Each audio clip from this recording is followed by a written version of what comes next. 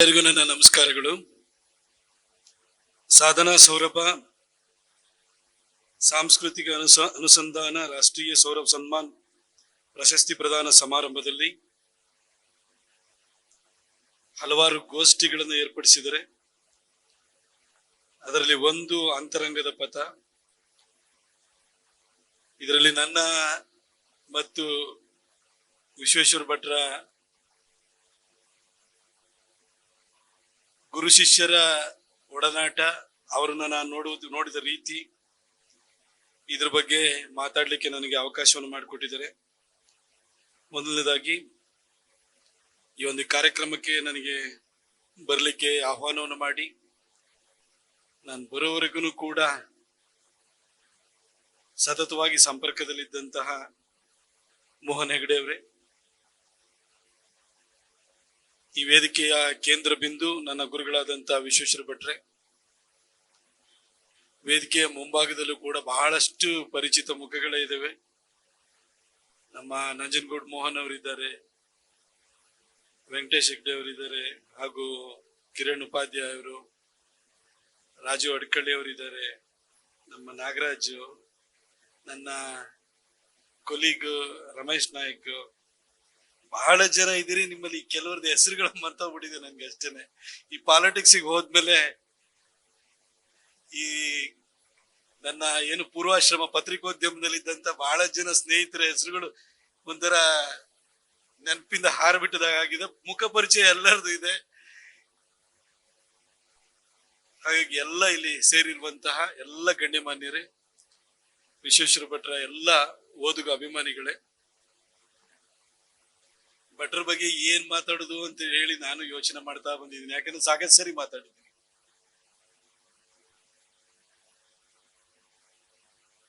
ಅವ್ರನ್ನ ನಾನು ಬಹಳ ಸರಿ ಬರ್ದಿದ್ದೀನಿ. ನಾನು ನನ್ನ ಪತ್ರಿಕೋದ್ಯಮದ ಗುರುಗಳು ಅವರೇ, ನನ್ನ ರಾಜಕೀಯದ ಗುರುಗಳು ಅವರೇನೆ. ಯಾಕಂದ್ರೆ ಪತ್ರಿಕೋದ್ಯಮದಲ್ಲಿ ನಾನು ಪತ್ರಿಕೋದ್ಯಮಕ್ಕೆ ಕಾಲಿಟ್ಟಾಗ ನನಗೆ ಕೆಲಸ ಕೊಟ್ಟಂತವ್ರು ಈಶ್ವರ ದೈತೋಟ್ರು. ಅದಾದ ನಂತರ ಮಹಾದೇವಪ್ಪ ಅಂತ ಹೇಳಿ ಅವರು ಎಡಿಟರ್ ಆಗಿ ಬಂದ್ರು. ಅದಾದ್ಮೇಲೆ ವಿಜಯ ಕರ್ನಾಟಕ ಇನ್ನೇನು ಮುಚ್ಚಿ ಹೋಗುವಂತ ಸ್ಥಿತಿಯಲ್ಲಿ ಇತ್ತು. ಆಗ ಸಂಪಾದಕರಾಗಿ ಬಂದಂತವ್ರು ವಿಶ್ವೇಶ್ವರ ಭಟ್ರು. ನನ್ಗೀಗ್ಲೂ ನೆನಪಿದೆ. ಭಟ್ರು ಅನಂತ್ ಕುಮಾರ್ ಅವರ ಜೊತೆ ಆಫೀಸರ್ ಆನ್ ಸ್ಪೆಷಲ್ ಡ್ಯೂಟಿ ಆಗಿ ಕೆಲಸವನ್ನು ಮಾಡ್ತಾ ಇದ್ರು. ಅವರು ವಿಜಯ ಕರ್ನಾಟಕದ ಸಂಪಾದಕಾಗಿ 2001ರಲ್ಲಿ ಅವ್ರು ಬರುವಾಗ ಅವ್ರಿಗೆ ಏಜ್ 33. ಒಬ್ಬ ಯಂಗ್ ಡೈನಾಮಿಕ್ ಪರ್ಸನ್ ನಮ್ಮ ವಿಜಯ ಕರ್ನಾಟಕದ ಸಂಪಾದಕರಾಗಿ ಬಂದ್ರು. ನಾನಾಗ ಎಡಿಟೋರಿಯಲ್ ಪೇಜ್ ಇನ್ಚಾರ್ಜ್ ಆಗ್ಲೂ ನಾನೇ ಇದ್ದೆ. ನಾನು ಡೇ 1 ಕೂಡ ಎಡಿಟೋರಿಯಲ್ ಪೇಜ್ನೇ ನಾನು ನೋಡ್ತಾ ಇದ್ದಿದ್ದು. ನಾನು ಫಸ್ಟ್ ಸುಧೀಂದ್ರ ಭಾರದ್ವಾಜ್ ಅಂತ, ಸುಧೀಂದ್ರ ಕಂಚಿತೋಟ ಅಂತ, ಅವನು ನನ್ನ ಸ್ನೇಹಿತ. ಅವನು ನಾನು ಇಬ್ಬರು ಸೇರಿ ನೋಡ್ತಾ ಇದ್ವು. ಆನಂತರ ಅವನು ಬಿಟ್ಟು ಹೋದ. ಅದಾದ್ಮೇಲೆ ನಾವು ಒಬ್ಬನೇ ನೋಡ್ಕೊಳ್ತಾ ಇದ್ದೆ. ಭಟ್ರು ಬಂದಾದ ನಂತರ ಸಂಪಾದಕರನ್ನ ಭೇಟಿಯಾಗುವಂತ ಅವಕಾಶ ಡೆಸ್ಕ್ ಅಲ್ಲಿ ಇರುವವರಿಗೆ ಬಹಳ ವಿರಳವಾಗಿ ಸಿಗುತ್ತೆ. ಯಾಕೆಂತಂದ್ರೆ ಒಂದು ನ್ಯೂಸ್ ಎಡಿಟರ್ ಪ್ರತಿನಿತ್ಯ ಎಡಿಟೋರಿಯಲ್ ಮೀಟಿಂಗ್ ಹೋಗ್ತಾರೆ, ಚೀಫ್ ರಿಪೋರ್ಟರ್ ಹೋಗ್ತಾರೆ, ಏನೋ ಸೀನಿಯರ್ ಕರೆಸ್ಪಾಂಡೆಂಟ್ ಇದ್ರೆ ಅವ್ರು ಹೋಗ್ತಾರೆ. ಅದು ಬಿಟ್ರೆ ಸಾಮಾನ್ಯದವ್ರಿಗೆ ಯಾರಿಗೂ ಕೂಡ ಅವಕಾಶಗಳಾಗಲ್ಲ.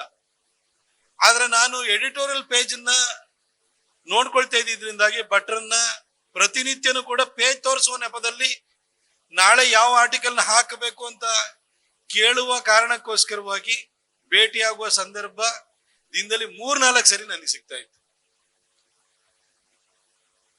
ಭಟ್ರದೊಂದು ಗುಣ ಏನಂತ ಹೇಳಿದ್ರೆ, ಇದ ರಾಜಕೀಯವಾಗಿ ಹಿಂದುತ್ವದ ಭಾಷಣ ತರ ಬಹಳ ನಿಮ್ಗೆ ರ್ಯಾಬಲ್ ರೌಸಿಂಗ್ ಆಗಿರಲ್ಲ. ಇದು ನನ್ನ ಅವರ ಒಡನಾಟದ್ದು. ಹಾಗಾಗಿ ಬಹಳ ಸಂಯಮದಿಂದಲೇ ಹೇಳ್ತೀನಿ ನಾನು. ಭಟ್ರು ಅವ್ರು ಬಂದಾಗ ನಾನು ಕೂಡ ಬಹಳ ಹುರುಪಿನಿಂದ ಈ ತರ ಆರ್ಟಿಕಲ್ಗಳು ಅವು ಇವೆಲ್ಲ ಬರಿಬೇಕು, ಟ್ರಾನ್ಸ್ಲೇಟ್ ಮಾಡ್ಬೇಕು, ಅವೆಲ್ಲ ತಗೊಂಡು ಹೋಗ್ತಿದ್ದೆ. ಆದ್ರೆ ಭಟ್ರು 1 ವಾರ ಅಷ್ಟೇನೆ ನೋಡಿದ್ದು. ನಾವು ಹಿಂದಿನಿಂದ ಏನು ಪದ್ಧತಿಯಲ್ಲಿ ನಾವು ಆರ್ಟಿಕಲ್ ಹಾಕ್ತಾ ಇದ್ದೀವಿ ಅದೇ ಆರ್ಟಿಕಲ್ಗಳನ್ನ ಹಾಕ್ತಾ ಇತ್ತು. ಬಟ್ ಅದಾದ ನಂತರ ಯಾವ ರೀತಿ ನಮ್ಮ ಎಡಿಟೋರಿಯಲ್ ಪೇಜು ಮತ್ತೆ ಹೊಸದಾಗಿ ಅಪೋಸಿಟ್ ಎಡಿಟೋರಿಯಲ್ ಪೇಜ್ ಅಂತ ಓಪೆಡ್ ಪೇಜ್ ಅನ್ನೋದನ್ನ ಇಂಟ್ರೊಡ್ಯೂಸ್ ಮಾಡ್ತಾ ಈ ಎಡಿಟೋರಿಯಲ್ ಪೇಜ್ ಅನ್ನ ಯಾವ ರೀತಿ ಬದಲಾವಣೆ ಮಾಡಬೇಕು ಅನ್ನೋದನ್ನ ಆಮೇಲೆ ಕೂರಿಸ್ಕೊಂಡು ಹೇಳಲಿಕ್ಕೆ ಶುರು ಮಾಡಿದ್ರು. ಬಹುಶಃ ಕನ್ನಡ ಪತ್ರಿಕೋದ್ಯಮದಲ್ಲಿ ಅದುವರೆಗೂ ಬಹಳಷ್ಟು ಪರಿಚಿತ ಮುಖಗಳಷ್ಟೇನೆ ಲೇಖನವನ್ನು ಬರಿತಾ ಇದ್ರು. ಅದರಲ್ಲೂ ಕೂಡ ಎಡಪಂಥೀಯ ಚಿಂತನೆಗಳೇನಿದ್ದು ಮೇಲ್ಜಾತಿಯವರನ್ನ ದೂಷಣೆ ಮಾಡುವಂತಹ ಮನಸ್ಥಿತಿಯನ್ನು ಹೊಂದಿರೋರು ಯಾರಿದ್ರು ಅವರಿಗೆ ಹೆಚ್ಚು ವೇದಿಕೆ ಸಿಗ್ತಾ ಇತ್ತು. ಆದ್ರೆ ಭಟ್ರು ಬಂದಾದ ನಂತರ ಈ ಎಡ ಬಲ ಆ ಚಿಂತನೆ ಹೊರತಾಗಿ ಹೊಸದಾದಂತಹ ಲೇಖನಗಳನ್ನ ರೈಟರ್ಸ್ ನಮ್ ಕನ್ನಡ ಓದಕರು ಕೇಳೇ ಇರಲಿಲ್ಲ, ಅಂತವ್ರನ್ನೆಲ್ಲ ಇಂಟ್ರೊಡ್ಯೂಸ್ ಮಾಡಬೇಕು. ಆ ರೀತಿ ಪಟ್ಟಿಯನ್ನು ತಗೊಂಡ್ಬಂದ್ರು. ವೀರ್ ಸಾಂಘ್ವಿ ಅಂತ ಹೇಳ್ಬಿಟ್ಟು ಹಿಂದೂಸ್ತಾನ್ ಟೈಮ್ಸ್ ಎಡಿಟರ್ ಆಗಿದ್ರು. ಬಹಳ ಪೊಲಿಟಿಕಲ್ ಕಾಮೆಂಟ್ರಿ ಎಲ್ಲ ತುಂಬಾ ಚೆನ್ನಾಗಿ ಬರೆಯೋರು. ವೀರ್ ಸಾಂಘ್ವಿ ಅವ್ರ ಹತ್ರ ವೈಯಕ್ತಿಕ ಒಡನಾಟದಿಂದಾಗಿ ವೀರ್ ಸಾಂಘ್ವಿ ಅವರ ಆರ್ಟಿಕಲ್ ಗಳನ್ನ ಕನ್ನಡಕ್ಕೆ ಟ್ರಾನ್ಸ್ಲೇಟ್ ಮಾಡುವಂತ ಅವಕಾಶ ನನಗೆ ಸಿಕ್ತು, ಓದುವಂತ ಅವಕಾಶ ಓದುಗರಿಗೆ ಸಿಕ್ತು. ಹೀಗೆ ಒಬ್ಬ ಹೊಸ ರೈಟ್ ಅನ್ನ ತಗೊಂಡ್ಬಂದ್ರು. ಆನಂತರ ಚಂದನ್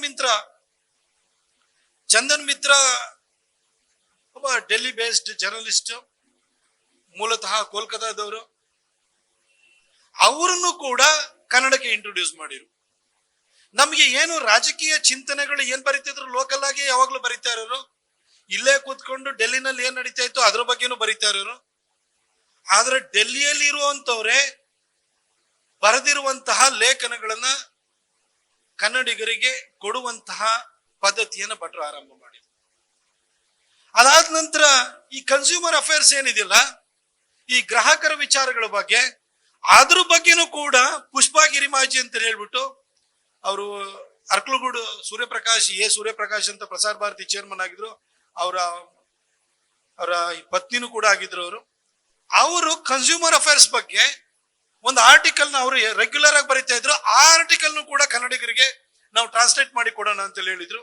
ಪುಷ್ಪಾ ಗಿರಿಮಾಜಿ ಅವರ ಹತ್ರ ಮಾತಾಡಿ ಅವ್ರ ಲೇಖನಗಳನ್ನ ತೆಗೊಳ್ಳಿಕ್ಕೆ ಶುರು ಮಾಡಿದ್ರು. ಅದಾದ ನಂತರ ನಮಗೆ ಅನಿಲ್ ಅಗರ್ವಾಲ್ ಅಂತ ಹೇಳ್ಬಿಟ್ಟು ಎನ್ವಿರಾನ್ಮೆಂಟಲ್ ಇಶ್ಯೂಸ್ ಬಗ್ಗೆ ಬರೆಯೋರು. ಅನಿಲ್ ಅಗರ್ವಾಲ್ ಅವ್ರ ಹತ್ರನು ಮಾತಾಡ್ಬಿಟ್ಟು ಅವರ ಲೇಖನಗಳನ್ನು ಕೂಡ ನಾವು ತೆಗೆದುಕೊಳ್ಳಿಕ್ಕೆ ಶುರು ಮಾಡಿದ್ವು. ಆಮೇಲೆ ಅಲ್ಲಿವರೆಗೂ ಬಹಳ ಖ್ಯಾತ ಚಲನಚಿತ್ರ ನಟರು, ಒಳ್ಳೆಯ ವಾಗ್ಮಿನೂ ಕೂಡ ಹೌದು, ರಂಗಭೂಮಿನಲ್ಲೂ ಕೂಡ ಬಹಳ ದೊಡ್ಡ ಸಾಧನೆಯನ್ನು ಮಾಡಿದಂಥವ್ರು. ಅವ್ರ ಹತ್ರ ಬರವಣಿಗೆನ ಬರೆಸ್ಬೋದು ಅಂತ ನಮ್ಗಂತೂ ಗೊತ್ತಿರಲಿಲ್ಲ. CR ಸಿಂಹ ಅವರನ್ನು ಕೂಡ ಬರೆಸ್ತೀನಿ ಅಂತ ಹೇಳಿದ್ರು. CR ಸಿಂಹ ಅವ್ರ ಹತ್ರ ಪ್ರತಿ ವಾರನೂ ಕೂಡ ಲೇಖನ ಬರಲಿಕ್ಕೆ ಶುರುವಾಯಿತು. ಇನ್ನ ಕನ್ನಡದಲ್ಲಿ ಈಗ ಸರಳವಾದ ಕನ್ನಡ ಬರೆದ್ರೇನೆ ಅರ್ಥ ಆಗುವಂಥದ್ದು ಕಷ್ಟ. ಆದ್ರೆ ಬಹಳ ಕ್ಲಿಷ್ಟವಾದ ಕನ್ನಡವನ್ನ ಬರಿತಿದ್ದಂತಹ, ನಮಗೆಲ್ಲ ಬೌನ್ಸ್ ಆಗಿ ಹೋಗ್ತಿದ್ದಂತಹ ಸಬ್ಜೆಕ್ಟ್ ಗಳನ್ನೇ ಬರಿತಿದ್ದಂತಹ ಶತಾವಧಾನಿ ಗಣೇಶ್ ಅವ್ರನ್ನ ಇಂಟ್ರೊಡ್ಯೂಸ್ ಮಾಡಿದ್ರು. ಅವರ ಲೇಖನಗಳು ಇದನ್ನ ಓದ್ತಾರ ಇಲ್ವಾ ಅಂತ ನಮಗೆ ಆಶ್ಚರ್ಯ ಆಗೋದು. ಆದ್ರೆ ಅದಕ್ಕೆಂತಹ ಒಂದು ಫ್ಯಾನ್ ಫಾಲೋಯಿಂಗ್ ಸ್ಟಾರ್ಟ್ ಆಯ್ತು ಅಂದ್ರೆ ಅದಕ್ಕೆ ಆದಂತ ಒಂದು ಓದುಗ ವರ್ಗ ಪ್ರಾರಂಭ ಆಗೋಯ್ತು. ಹೀಗೆ ವೆರೈಟಿನ ಕೊಡ್ತಾ ಹೋದ್ರು. ನಂತರ ಭಟ್ರು ಏನು ಮಾತ್ರ ಬರೀತಾರೆ ಅಂತ ಹೇಳಿದ್ರೆ, ಭಟ್ರು ಕೊನೆಗೆ ಯಾವ ವಿಚಾರ ಬಗ್ಗೆನ ಬರಿಬಹುದು ಅವರು. ಬಹುಶಃ ನಮ್ಮ ಜರ್ನಲಿಸಮ್ ಅಲ್ಲಿ ಹೇಗೆ ಅಂತ ಹೇಳಿದ್ರೆ, ಒಬ್ಬ ವ್ಯಕ್ತಿ ಅದು ಪರಿಸರಕ್ಕೆ ಸಂಬಂಧಪಟ್ಟ ಹಾಗೆ, ರಾಜಕೀಯಕ್ಕೆ ಸಂಬಂಧಪಟ್ಟ ಹಾಗೆ, ಅಥವಾ ಬೇರೆ ಬೇರೆ ಯಾವ್ದಾದ್ರು ವಿಚಾರಗಳಿಗೆ ಸಂಬಂಧಪಟ್ಟ ಹಾಗೆ ಯಾವುದೇ ವಿಚಾರದ ಬಗ್ಗೆ ಬೇರೆ ಬೇರೆ ಒಂಥರ ಸ್ಪೆಷಲೈಸೇಷನ್ ಇರುತ್ತೆ ಅವರಿಗೆ. ಅಂತವ್ರು ಆ ಸಬ್ಜೆಕ್ಟ್ ಬಗ್ಗೆ ಮಾತಾಡೋರಿಗೆ, ನಾಗೇಶ್ ಹೆಗ್ಡೆ ಅವರು ಸೈನ್ಸ್ ಅಂಡ್ ಟೆಕ್ನಾಲಜಿ ಬಗ್ಗೆನೇ ಬರೀತಿರ್ತಲ್ಲ ಹಾಗೆ. ಆದ್ರೆ ಭಟ್ರದ್ದು ಏನು ಅಂತಂದ್ರೆ ಎಲ್ಲಾದ್ರ ಬಗ್ಗೆನೂ ಬರಿಬೇಕು ಅವರು. ಆ ತರ ಒಂದು ಅದಕ್ಕೆ ಒಂದು ಅಂಕಣದ ಶೀರ್ಷಿಕೆನ ಕೊಟ್ಟರು 108 ಮಾತು ಅಂತ, ಏನ್ ಬೇಕಾದ್ರೂ ಬರೆಯೋರು ಅದ್ರ. ಆದ್ರೆ ಎಲ್ಲಾ ಸಬ್ಜೆಕ್ಟ್ಗಳನ್ನು ತಗೊಂಡು ಅವ್ರ ಲೇಖನೂ ಕೂಡ ಪ್ರಾರಂಭ ಆಯ್ತು. ನಂದು ಎಂದಿನಂತೆ ನಾನು ಕೂಡ ಶನಿವಾರ ಬರೀತಾ ಇದ್ದೆ. ಅದಾದ್ಮೇಲೆ ನೀವೆಲ್ಲ ಇದು ನಿಮ್ಗೆ ಗೊತ್ತಿರೋಂಥ ವಿಚಾರನೇ, ಆದ್ರೂ ನಾನು ಯಾಕೆ ಹೇಳ್ತಾ ಇದ್ದೀನಿ ಅಂತಂದ್ರೆ, ಭಟ್ರು ಸಾಮಾನ್ಯ ಒಬ್ಬ ಸಂಪಾದಕ ಅಲ್ಲ. ಅವರು ತಾನೊಬ್ಬ ಒಳ್ಳೆಯ ಬರಹಗಾರನಾಗಿ ಸಮಾಜದಲ್ಲಿ ಹೆಸರು ಮಾಡಬೇಕು ಅಂತ ಬಂದಿರೋರು ಅಲ್ಲ. ಅವರು ಸಮಾಜಕ್ಕೆ ಒಳ್ಳೊಳ್ಳೆ ವಿಚಾರವನ್ನ ಕೊಡಬೇಕು. ಆ ಒಳ್ಳೊಳ್ಳೆ ವಿಚಾರವನ್ನ ಕೊಡ್ಬೇಕು ಅಂದ್ರೆ ಅದು ಬರೆಯುವಂತ ಸಾಮರ್ಥ್ಯ ಯಾರಿಗಿದೆ ಅನ್ನೋದನ್ನ ಗುರುತಿಸಿ ಅಂತವ್ರನ್ನ ತನಗಿಂತಲೂ ಚೆನ್ನಾಗಿ ಬರೆದ್ರೂ ಪರವಾಗಿಲ್ಲ, ಆದ್ರೆ ಓದುಗರಿಗೆ ಅನ್ಯಾಯ ಆಗಬಾರದು, ಓದುಗರಿಗೆ ಒಳ್ಳೆಯದನ್ನ ಉಣಬಡಿಸ್ಬೇಕು ಅಂತ ಹೇಳಿ ಯೋಚನೆಯನ್ನು ಮಾಡಿ ಇಷ್ಟೆಲ್ಲರನ್ನು ತಗೊಂಡ್ಬಂದ್ರು. ಜೊತೆಗೆ ನಮಗೆ ಈ ಸುದ್ದಿ ಮನೆ ಕತೆ ಅಂತ ಹೇಳಿ ನಾವು ಅಲ್ಲಿವರೆಗೂ ಪತ್ರಿಕೋದ್ಯಮ ಸುದ್ದಿ ಮನೆ ಕತೆ ಅಂದ್ರೆ ನಾವು ಸಂಪಾದಕನ ಬೈಕೊಳ್ಳೋದು, ನ್ಯೂಸ್ ಎಡಿಟರ್ನ ಬೈಕೊಳ್ಳೋದು, ರಿಪೋರ್ಟರ್ಗಳು ಚೀಫ್ ರಿಪೋರ್ಟರ್ನ ಯಾಕೆ ನಮ್ಮ ಸ್ಟೋರಿನ ಕಿಲ್ ಮಾಡಿದ್ರು, ಒಳಗಡೆ ಹಾಕಿದ್ರು, ಫ್ರಂಟ್ ಪೇಜ್ ಅಲ್ಲಿ ಬರೋದು, ಬಾಟಮ್ ಸ್ಪ್ರೆಡ್ ಅಥವಾ ಟಾಪ್ ಸ್ಪ್ರೆಡ್ ಆಗುವಂತ ಸುದ್ದಿನ ಕಿಲ್ ಮಾಡ್ಬಿಟ್ಟು ಸಿಟ್ಟಲ್ಲಿ ಅದು ಒಳಗಡೆ ತಗೊಂಡೋಗ್ಬಿಟ್ಟು 2 ಪ್ಯಾರ ಸುದ್ದಿಯಾಗಿ ಹಾಕಿದ ಅಂತ ಬೈಕೊಳ್ಳುವಂಥದ್ದು. ಇದಷ್ಟೇ ಸುದ್ದಿ ಮನೆ ಕತೆ ಅಂತ ತಿಳ್ಕೊಂಡಿದ್ದು ನಾವು. ಆದ್ರೆ ಸುದ್ದಿ ಮನೆ ಕಥೆ ಅನ್ನೋದು ಎಷ್ಟು ರೋಚಕವಾಗಿರುತ್ತೆ ಅನ್ನೋದನ್ನ ಭಟ್ರು ಅದ್ರಲ್ಲಿ ಶುಕ್ರವಾರ ನಂದು ಮೇಲ್ಗಡೆ ನನ್ನ ಅಂಕಣ ಬರೋದ್ರಲ್ಲಿ ಕೆಳಗಡೆ ಸುದ್ದಿ ಮನೆ ಕತೆ ಅದನ್ನು ಕೂಡ ಪ್ರಾರಂಭವನ್ನು ಮಾಡಿದ್ರು. ಆ ನಂತರ ಇದ್ದಕ್ಕಿದ್ದಾಗ ಒಂದಿನ ಪ್ರತಾಪ್ ನಾನೊಂದು ಪ್ರತಿನಿತ್ಯನೂ ಕೂಡ ಒಂದು ವಾಕ್ಯ ಬಹಳ ಚಂದವಾಗಿರುವಂತದ್ದನ್ನ ಬರಿಬೇಕು, ಅದಕ್ಕೋಸ್ಕರವಾಗಿ ವಕ್ರ ತುಂಡೋಕ್ತಿ ಅಂತ ಬರಿತೀನಿ ಅಂತ ಹೇಳಿದ್ರು. ಅದೊಂದು ಸಣ್ಣದು ಪ್ರತಿನಿತ್ಯ ಬರೆದ್ ಕಳ್ಸರು. ಅದೇನಾದ್ರು ಎಲ್ಲರೂ ಮದುವೆ ಆಗ್ಲೇಬೇಕು, ಯಾಕೆಂದ್ರೆ ಸುಖ ಪಡುವುದು ಒಂದೇ ಜೀವನದ ಉದ್ದೇಶವಲ್ಲ ಅಂತ ಎಲ್ಲರಿಗೂ ಒಂಥರ ಖುಷಿ ಆಗಂತದ್ದು. ನಮ್ಗೆ ಎಲ್ಲೋ ಒಂದೊಂದು ನಾವು ಈ ಜೋಕ್ಸ್ ಪುಸ್ತಕದಲ್ಲಿ ಅಲ್ಲಿ ನೋಡ್ತಾ ಇದ್ದಿದ್ದನ್ನ ಭಟ್ರು ಬಹಳ ನವಿರಾಗಿ ಅದ್ರಲ್ಲಿ ಅರ್ಥಗರ್ಭಿತವಾಗಿ ಕೊಡ್ಲಿಕ್ಕೆ ಶುರು ಮಾಡಿದ್ರು. ನಾನು ಅವರನ್ನ ಬರೀ ಒಬ್ಬ ಸಂಪಾದಕ ಅಂತ ಹೇಳಲ್ಲ, ಅವರಂತ ಒಬ್ಬ ಪರ್ಫೆಕ್ಟ್ ಜರ್ನಲಿಸ್ಟ್, ಒಂದು ಎಲ್ಲಾ ವಿಚಾರಗಳ ಬಗ್ಗೆನೂ ಕೂಡ ಆಮೂಲಾಗ್ರವಾಗಿ ತಿಳ್ಕೊಂಡಿದ್ದಂತಹ ವ್ಯಕ್ತಿ, ಎಲ್ಲದರ ಬಗ್ಗೆನೂ ಇಡಿಯಾಗಿ ತಿಳ್ಕೊಳ್ಳಕ್ಕೆ ಪ್ರಯತ್ನ ಮಾಡಿ ಅದನ್ನ ಓದುಗರಿಗೆ ತಲುಪಿಸುವಂತ ಧಾವಂತದಲ್ಲಿದ್ದಂತ ವ್ಯಕ್ತಿಯಾಗಿ ಒಬ್ಬ ಪತ್ರಿಕೋದ್ಯಮ ಕ್ಷೇತ್ರದ ದಿಗ್ಗಜನಾಗಿ ನಾನು ನೋಡ್ತೀನಿ. ಯಾಕಂದ್ರೆ ಅವರಷ್ಟು ವರ್ಸಟಿಲಿಟಿ ಯಾರಿಗೂ ಬರ್ಲಿಕ್ಕೆ ಸಾಧ್ಯ ಇಲ್ಲ. ರಾಜು ಅಡ್ಕಳ್ಳಿ ಅವರು ಬರೀತಾ ಇದ್ರು, ಕಿರಣ್ ಉಪಾಧ್ಯಾಯ ಅವರು ಬರೆಯೋದನ್ನು ನಾನು ನೋಡ್ತೀನಿ, ಬಹಳ ಜನ ಬರೆದ, ನಮ್ಮ ರಮೇಶ್ ಕುಮಾರ್ ನಾಯ್ಕ, ನಾವೆಲ್ಲರೂ ಬರೆದಿದ್ದೀವಿ. ನಮ್ಮಲ್ಲಿ ಒಳಗಡೆ ನಮ್ಮ ನಿಲಯದ ಕಲಾವಿದರಾಗಿ ನಾವು ಇದ್ದು, ಹಾಗೆ ಅದರಲ್ಲಿ ಕೆ.ವಿ. ಪ್ರಭಾಕರ್ ಅಂತ ಹೇಳಿ ನಾವೆಲ್ಲ ಹಿಂದೆ ಪುಂಡಲಿಕ ಶೇಟ್ ನಾವು ಲಂಕೇಶ್ ಪತ್ರಿಕೆನಲ್ಲಿ ಬರಿತಾ ಇದ್ರು, ಹುಬ್ಬಳ್ಳಿ ಅವ ಅಂತ. ಅದೇ ರೀತಿನಲ್ಲಿ ಟೈಮ್ಸ್ ಆಫ್ ಇಂಡಿಯಾದಲ್ಲಿ ಜಗ್ಸುರಯ್ಯ ಅವರೊಂದು ಆರ್ಟಿಕಲ್ ಬರೆಯೋರು. ಈ ತರ ಒಂಥರ ಪನ್ ಮಾಡಿ ಬರೆಯುವಂಥದ್ದನ್ನ, ಅದಾದ್ಮೇಲೆ ಅವರು ಪುಂಡಲಿಕ ಸೇಟ್ ಅವರು ತೀರ್ಕೊಂಡ್ಬಿಟ್ರು, ಅವರು ಆಕ್ಸಿಡೆಂಟ್ ಅಲ್ಲಿ ಏನೋ ಬಹುಶಃ ತೀರ್ಕೊಂಡ್ರು. ಅದಾದ ನಂತರ ಅದು ನಿಂತೆ ಹೋಯ್ತು. ಇಂಗ್ಲಿಷ್ ಅಲ್ಲಿ ಬರೀತಿದ್ದಂತ ಜಗ್ಸುರಯ್ಯ ಅವ್ರದ್ದು ನಮ್ಗಿಂತ ಅರ್ಥ ಏನು ಆಗ್ತಿರ್ಲಿಲ್ಲ ಅಷ್ಟೊಂದು. ಆದ್ರೆ ಕನ್ನಡದಲ್ಲಿ ಯಾರಾದ್ರೂ ಇದೇ ತರದ್ದು ತೆರನಾಗಿ ಬರೆಯುವಂತವ್ರನ್ನ ಯಾರು ಬೇಕು ಅಂತ ಹೇಳ್ಬಿಟ್ಟು ನಮ್ಮಲ್ಲಿ ಕೆ.ವಿ. ಪ್ರಭಾಕರ್ ಅಂತ ಇವತ್ತು ಚೀಫ್ ಮಿನಿಸ್ಟರ್ಗೆ ಮೀಡಿಯಾ ಅಡ್ವೈಸರ್ ಆಗಿ ಕೂಡ ಇದ್ದಾರೆ. ಕೆ.ವಿ. ಪ್ರಭಾಕರ್ ಅಂತ ಕೋಲಾರ ಪತ್ರಿಕೆ, ಒಂದು ಸಣ್ಣ ಪತ್ರಿಕೆಯಲ್ಲಿ ಇದ್ದಂತಹ ಒಬ್ಬ ಸಾಮಾನ್ಯ ಪತ್ರಕರ್ತನನ್ನ ಒಬ್ಬ ಅದ್ಭುತ ಬರಹಗಾರ ಅವನೊಳಗಡೆ ಇದ್ದಾನೆ ಅನ್ನೋದನ್ನ ಪ್ರಪಂಚಕ್ಕೆ ಇಂಟ್ರೊಡ್ಯೂಸ್ ಮಾಡಿದ್ದು ವಿಶ್ವೇಶ್ವರ ಭಟ್ರು. ಟಾಂಗ್ ಅಂತೇಳಿ ಹೇಳ್ಕೊಳ್ಳಿ ಅವ್ರ ಹತ್ರ ಬರ್ಸಿದ್ರು. ಪಿ ತ್ಯಾಗರಾಜ್ ಅವ್ರ ಹತ್ರನು ಕೂಡ ಭಟ್ರದ್ ಹೇಗೆ ಅಂತ ಹೇಳಿದ್ರೆ 1999 ಇಂದ 2004 ವರ್ಗುನು ಎಸ್.ಎಂ. ಕೃಷ್ಣವರ ಸರ್ಕಾರ ಇತ್ತು. ಆಗ ಆ ಸರ್ಕಾರದ ವಿರುದ್ಧವಾಗಿ ಒಂದು ನಮ್ದು ಸೀರೀಸ್ ಸ್ಟಾರ್ಟ್ ಆಯ್ತು. ಅದರಲ್ಲಿ ಭಟ್ರು ಯಾವ ರೀತಿ ಆಯ್ಕೆನ ಮಾಡಿದ್ರು, ಒಬ್ಬೊಬ್ಬರದ ಬಗ್ಗೆ ಯಾವ ರೀತಿ ಬರ್ಸಿದ್ರು ಅಂತಂದ್ರೆ ಅದ್ರಲ್ಲಿ ಪಿ ತ್ಯಾಗರಾಜ್ ಅವರೆಲ್ಲ ಪ್ರತಿನಿತ್ಯನೂ ಒಂದೊಂದು ಆರ್ಟಿಕಲ್ಗಳು ಅಂದ್ರೆ ಒಬ್ಬೊಬ್ಬ ವ್ಯಕ್ತಿ ಬಗ್ಗೆ ಬರೆಯೋರು. ಬಹುಶಃ ಅವರು ಕೆ.ಎಚ್. ರಂಗನಾಥ್ ಅವ್ರ ಬಗ್ಗೆ ಒಂದ್ಸರಿ ಅವ್ರದ್ದು ಸಾಧನೆ ಬಗ್ಗೆ ಒಂದು ಬಂತು ಬಾಟಮ್ ಸ್ಪ್ರೆಡ್ ಅಲ್ಲಿ. ಅದ್ರ ಹೆಡ್ಲೈನ್ ಏನು ಅಂತಂದ್ರೆ, ಎದ್ದೇಳು ರಂಗನಾಥ 7 ಟರ್ಮ್ ಆಯ್ತು ಅಂತ. 7 ಟರ್ಮ್ ಆದ್ರೆ ಎದ್ದೇ ಇಲ್ಲ ವಯ್ಯ, ಸುಮ್ನೆ ಏನು ಅಂದ್ರೆ ಏನು ಸಾಧನೆ ಇಲ್ಲ ಅನ್ನೋದನ್ನ ಒಂದೊಂದು ಹೆಡ್ಲೈನ್ ನಲ್ಲೇ ಕೊಡ್ತಾ ಇತ್ತು, ಅಷ್ಟು ಚಂದವಾಗಿತ್ತು. ಆಮೇಲೆ ಈ ನಿರ್ಭೀತಿಯಿಂದ ಬರೆಯುವಂತಹ ಪತ್ರಿಕೋದ್ಯಮ ಅಂತಂದ್ರೆ, ಲಾಸ್ಟಿಗೆ ಆ ವಿಚಾರಕ್ಕೆ ಬರ್ತೀನಿ. ಮೊನ್ನೆ ಇಬ್ರು ವ್ಯಕ್ತಿಗಳು ಬದುಕಿರಬೇಕಿತ್ತು ಇವತ್ತು ಅಂತ ಹೇಳಿ ಹೆಡ್ಲೈನ್ ನೋಡಿದಾಗ ಭಟ್ರಿಗೆ ಏನೋ ಪ್ರೀತಿ ಬಂತ ಅವ್ರ ಮೇಲೆ ಅಂತ ಅನ್ಕೊಂಡಿದ್ದೆ. ಓದಿ ಆದ್ಮೇಲೆ ಗೊತ್ತಾಯ್ತು ಅವ್ರದೆಲ್ಲ ನಿರ್ಭೀತ ಪತ್ರಿಕೋದ್ಯಮ ಅಂತ ಹೇಳಿದ್ರೆ ಎಲ್ಲರನ್ನು ಕೂಡ ಬಮ್ ಅಂತ ಬರೆಯೋದು, ಗುಂಡು ಅಂತ ಬರೆಯೋದು, ಈ ತರ ಅಸಭ್ಯವಾದಂತಹ ಶಬ್ದಗಳನ್ನ ಹಾಕಿ ಬರೆಯುವಂತದ್ದನ್ನೇ ಬಹಳ ನಿರ್ಭೀತವಾದಂತ ಪತ್ರಿಕೋದ್ಯಮ. ಬರೀ ಬಡವರ ಬಗ್ಗೆ ಬರಿತೀನಿ ಅಂತ ಹೇಳ್ಬಿಟ್ಟು ಬೆಳಗ್ಗೆ ಎದ್ದಾದ ಕೂಡಲೇ ನನಗೆ 2 ಲಾರ್ಜ್ ಸ್ಕಾಚ್ ವಿಸ್ಕಿ ಬೇಕು, ಒಂದು ದಾಳಿಂಬೆ ರಸ ಬೇಕು ಅಂತ ಹೇಳಿ ಹೇಳ್ಕೊಳ್ತಾ ಇದ್ದಂತವ್ರು ಬಹಳ ಬಡವರ ಬಗ್ಗೆ ಕಣ್ಣೀರನ್ನು ಸುರಿಸ್ತಾ ಇದ್ರು. ಇಂಥವ್ರನ್ನೆಲ್ಲ ಬಹಳ ನಿರ್ಭೀತ ಪತ್ರಕರ್ತರು ಅಂತ ಅನ್ಕೊಳ್ತಾ ಇದ್ರು. ಅವರು ಒಂದು ಭಾಗ ಆದ್ರೆ, ಅದಾದ ನಂತರ ಈ ಸೆಕ್ಸ್ ಕ್ರೈಮು ಇದ್ರ ಬಗ್ಗೆನೆ ಅತಿರಂಜಕವಾಗಿ ಬರೆದು ಬಿಟ್ಟು ಹೊಟ್ಟೆ ಹೊರಿತಿದ್ದಂತ ಇನ್ನೊಬ್ಬ ಪತ್ರಕರ್ತ ಬಂದೆ, ಅವರಿಬ್ರು ಬಗ್ಗೆನೂ ಮೊನ್ನೆ ವಿಶ್ವೇಶ್ವರ ಭಟ್ರೆ ಬರೆದಿದ್ದಾರೆ. ಇದನ್ನೇ ಒಂಥರ ನಿರ್ಭೀತವಾದಂತ ಪತ್ರಿಕೋದ್ಯಮ ಅಂತ ಅನ್ಕೊಂಡಿದ್ರು. ಆದ್ರೆ ಭಟ್ರು ಬಂದಾದ್ಮೇಲೆ ಗೊತ್ತಾಯ್ತು ಯಾರ ಜೊತೆ ಭಟ್ರೆ ಹೇಗೆ ಅಂದ್ರೆ, ಅವ್ರ ಬಗ್ಗೆ ಒಂದ್ ಹೇಳ್ಬೇಕು ಅಂದ್ರೆ, A friend of every one is friend of ನನ್ ಅಂತ. ಎಲ್ಲರ ಜೊತೆ ಸ್ನೇಹ ಸಂಬಂಧ ಇದೆ. ಬಟ್ ಅವ್ರು ಯಾರಿಗೂ ಸ್ನೇಹಿತರಲ್ಲ ಪತ್ರಿಕೋದ್ಯಮದ ವಿಚಾರ ಬಂದಾಗ. ಯಾವತ್ತು ಅನ್ಕಾಂಪ್ರಮೈಸಿಂಗ್ ಅವರು. ಇಲ್ಲಿಯೇ ಆರ್ ವಿ ದೇಶಪಾಂಡೆ ಅವ್ರ ಬಗ್ಗೆ ನಾನೇ ಒಂದು ಅವ್ರ ಮೈನಿಂಗ್ ಬಗ್ಗೆ ಎಲ್ಲ ಇಟ್ಕೊಂಡು ಬರೆದಿದ್ದೆ. ಭಟ್ರಿಗೆ ಅವ್ರ ಕ್ಲೋಸ್ ಫ್ರೆಂಡ್, ಆದ್ರೆ ನನ್ನನ್ನು ಬರೀಲಿಕ್ಕೆ ಬಿಟ್ರು. ಹೀಗೆ ಭಟ್ರು ಅವರ ವೈಯಕ್ತಿಕ ಸಂಬಂಧವನ್ನ ಪತ್ರಿಕೋದ್ಯಮದಲ್ಲಿ ರಾಜಿ ಮಾಡ್ಕೊಳ್ಳೋದಕ್ಕೆ ಯಾವತ್ತೂ ಕಾರಣವಾಗಿ ಅವ್ರು ಇಟ್ಕೊಳ್ಳೇ ಇಲ್ಲ. ನೇರವಾಗಿ ಬರ್ಸಿದ್ರು. ಪತ್ರಿಕೋದ್ಯಮವನ್ನು ಅನ್ಕಾಂಪ್ರಮೈಸಿಂಗ್ ಆಗಿ ಬರಿತಾ ಅವ್ರು ಮಾಡ್ತಾ ಬಂದ್ರು ಅವರು. ಭಟ್ರು ನೀವು ಸುಮಾರು ಹೇಳ್ಬೇಕು ಅಂತಂದ್ರೆ ಸುಮಾರು ನಿದರ್ಶನಗಳನ್ನ ಸುಮ್ನೆ ಹೇಳ್ತಾ ಹೋಗ್ತೀನಿ. ಕೆಲವೊಂದ್ಸರಿ ಏನಾಗುತ್ತೆ ಅಂದ್ರೆ ಯಾರ್ಯಾರು ಅದನ್ನ ಕಟ್ಟು ಪೇಸ್ಟ್ ಮಾಡಿ ಅದನ್ನ ತೀರ್ಚ್ಬಿಟ್ಟು ಎಲ್ಲ ಇದ್ ಮಾಡ್ಬಿಡ್ತಾರೆ. ಭಟ್ರಿಗೂ ಮೊನ್ನೆ ಬರ್ದಿದ್ರಲ್ಲ ಹೆಡ್ಲೈನ್, ರವಿ ಬೆಳಗೆರೆ ಬಹಳ ಆಪ್ತ ಸಂಬಂಧ ಅವರಿಬ್ರದ್ದು. ಆ ರವಿ ಬೆಳಗೆರೆಗೆ ನನ್ ಮೇಲೆ ಅದ್ ಏನ್ ಹೊಟ್ಟೆ ಉರಿ ಅಂತ ಗೊತ್ತಿಲ್ಲ. 2003 ಫಸ್ಟ್ ಬರ್ದ ನನ್ ಬಗ್ಗೆ.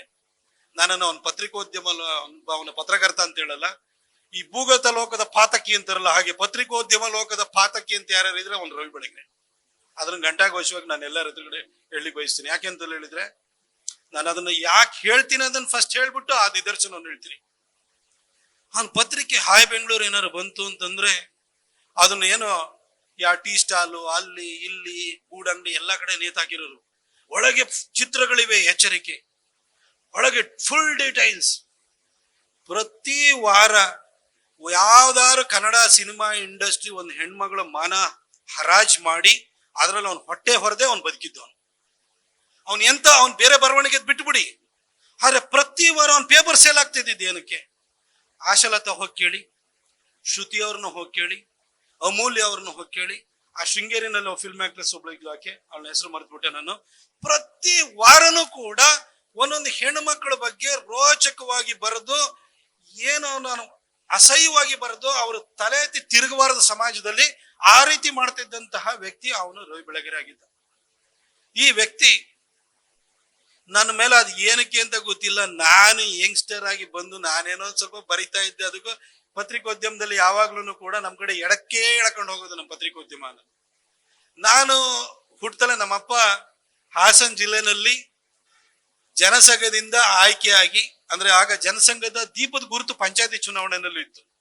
ಪಂಚಾಯತಿ 1968 ಜನಸಂಘದ ದೀಪದ ಗುರುತಿನಲ್ಲಿ ಆಯ್ಕೆಯಾಗಿ 10 ವರ್ಷ ಪಂಚಾಯತಿ ಚೇರ್ಮನ್ ಆಗಿದ್ರು. ನಮ್ಮಪ್ಪ 1961 ನಾಗ್ಪುರದಲ್ಲಿ OTC ಮಾಡಿದ್ರು. ಅವರು ಸೈಂಟ್ ಫಿಲೋಮಿನಾಸ್ ಕಾಲೇಜ್ ಮೈಸೂರಿನಲ್ಲಿ ಇರ್ಬೇಕಾದ್ರೆ ಅವರು ಅಲ್ಲೂ ಕೂಡ ಹಾಸ್ಟೆಲ್ ಅಲ್ಲಿ ಇದ್ಕೊಂಡು ಶಾಖೆನ ಮಾಡೋರು. ಹಾಗೆ ನಂದು ಆ ತರದೊಂದು ಹಿನ್ನೆಲೆ ಇರೋದು. ನನ್ನ ಹೆಸರು ಕೂಡ ರಾಣಾ ಪ್ರತಾಪ್, ಆ ಹೆಸರಿನಿಂದಲೇ ನನಗೆ ಪ್ರತಾಪ್ ಸಿಂಹ ಅಂತ ಹೆಸರಿಟ್ಟಿರುವಂಥದ್ದು. ನಾನು ಸ್ವಲ್ಪ ರೈಟಿಗೆ ಒಂದು ಜಾಸ್ತಿ.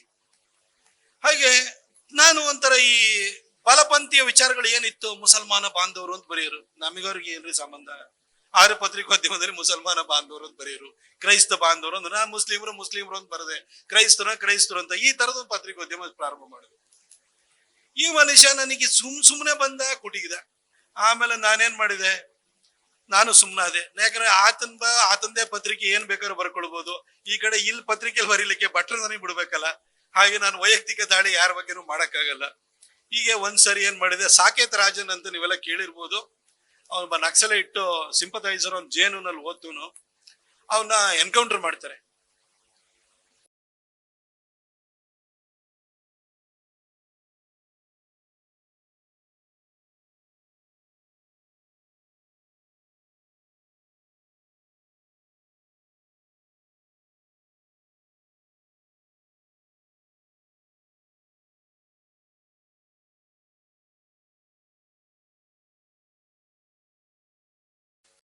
ನಮಗೆ ಸಾಕೇತ್ಗಿಂತ ಸುದರ್ಶನ್ ಮುಖ್ಯವಾಗುವುದೇಕೆ ಅಂತ ಹೇಳ್ಬಿಟ್ಟು ಡಾಕ್ಟರ್ ಹನುಮರೆಡ್ಡಿ ಸುದರ್ಶನ್ ಅಂತ ಹೇಳ್ಬಿಟ್ಟು ಬಿಳಿಗಿರಿ ರಂಗನ ಬೆಟ್ಟದಲ್ಲಿ ಅವರೊಬ್ರು ಡಾಕ್ಟರ್ ಅವರು ಅಲ್ಲಿ ಹೋಗಿ ಈ ಒಂದು ಬುಡಕಟ್ಟು ಜನಾಂಗದವ್ರು ಯಾರಿದ್ದಾರೆ ಅವರ ಸೇವೆನ ಮಾಡ್ತಾ ಇದ್ರಲ್ಲ.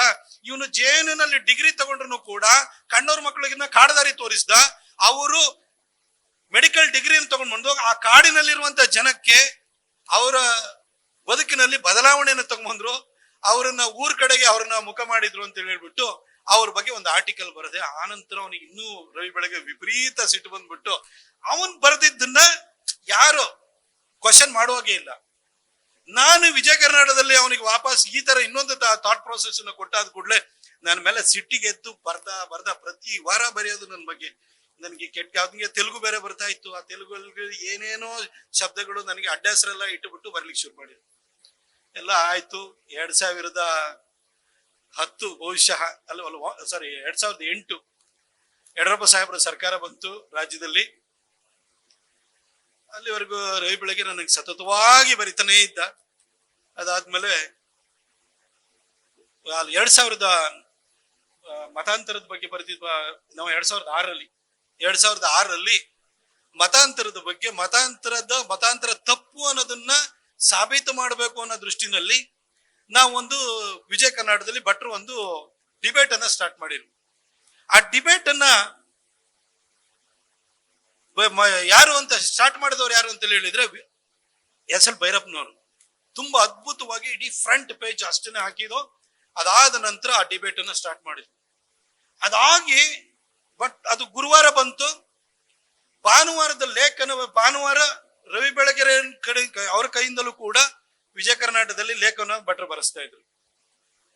ಭಾನುವಾರದ ಲೇಖನವನ್ನು ತೆಗೆದು ನೋಡಿದ್ರೆ ಅವ್ರು ರವಿ ಬೆಳಗೆರೆ ಯಾವ ರೀತಿ SL ಭೈರಪ್ಪನವ್ರ ಬಗ್ಗೆ ತುಚ್ಛವಾಗಿ ಬರೆದಿದ್ದ ಅಂತ ಹೇಳಿದ್ರೆ, ಅವರನ್ನ ಕೆಟ್ಟದಾಗಿ ಬರೆದು, ಅಂದ್ರೆ ಅವರೊಬ್ಬ ಮಸೀದಿಯ ಮುಲ್ಲಂತರ ಮಾತನಾಡ್ತಿದ್ದಾರೆ, ಆಗ ತಾನೇ ಮುಟ್ಟಾದ ಮಹಿಳೆಯಂತೆ ವರ್ತಿಸ್ತಾ ಇದ್ದಾರೆ. ಈ ತರ ಎಲ್ಲ ಅಸಭ್ಯವಾದಂತಹ ಶಬ್ದಗಳನ್ನು ಹಾಕಿ SL ಭೈರಪ್ಪನವ್ರನ್ನ ಎಡಪಂಥೀಯರು ಅಷ್ಟು ತುಚ್ಛವಾಗಿ ನಿಲ್ಸಿರ್ಲಿಲ್ಲ, ರವಿ ಬೆಳಗೆರೆ ನಿಲ್ಸ್ತ.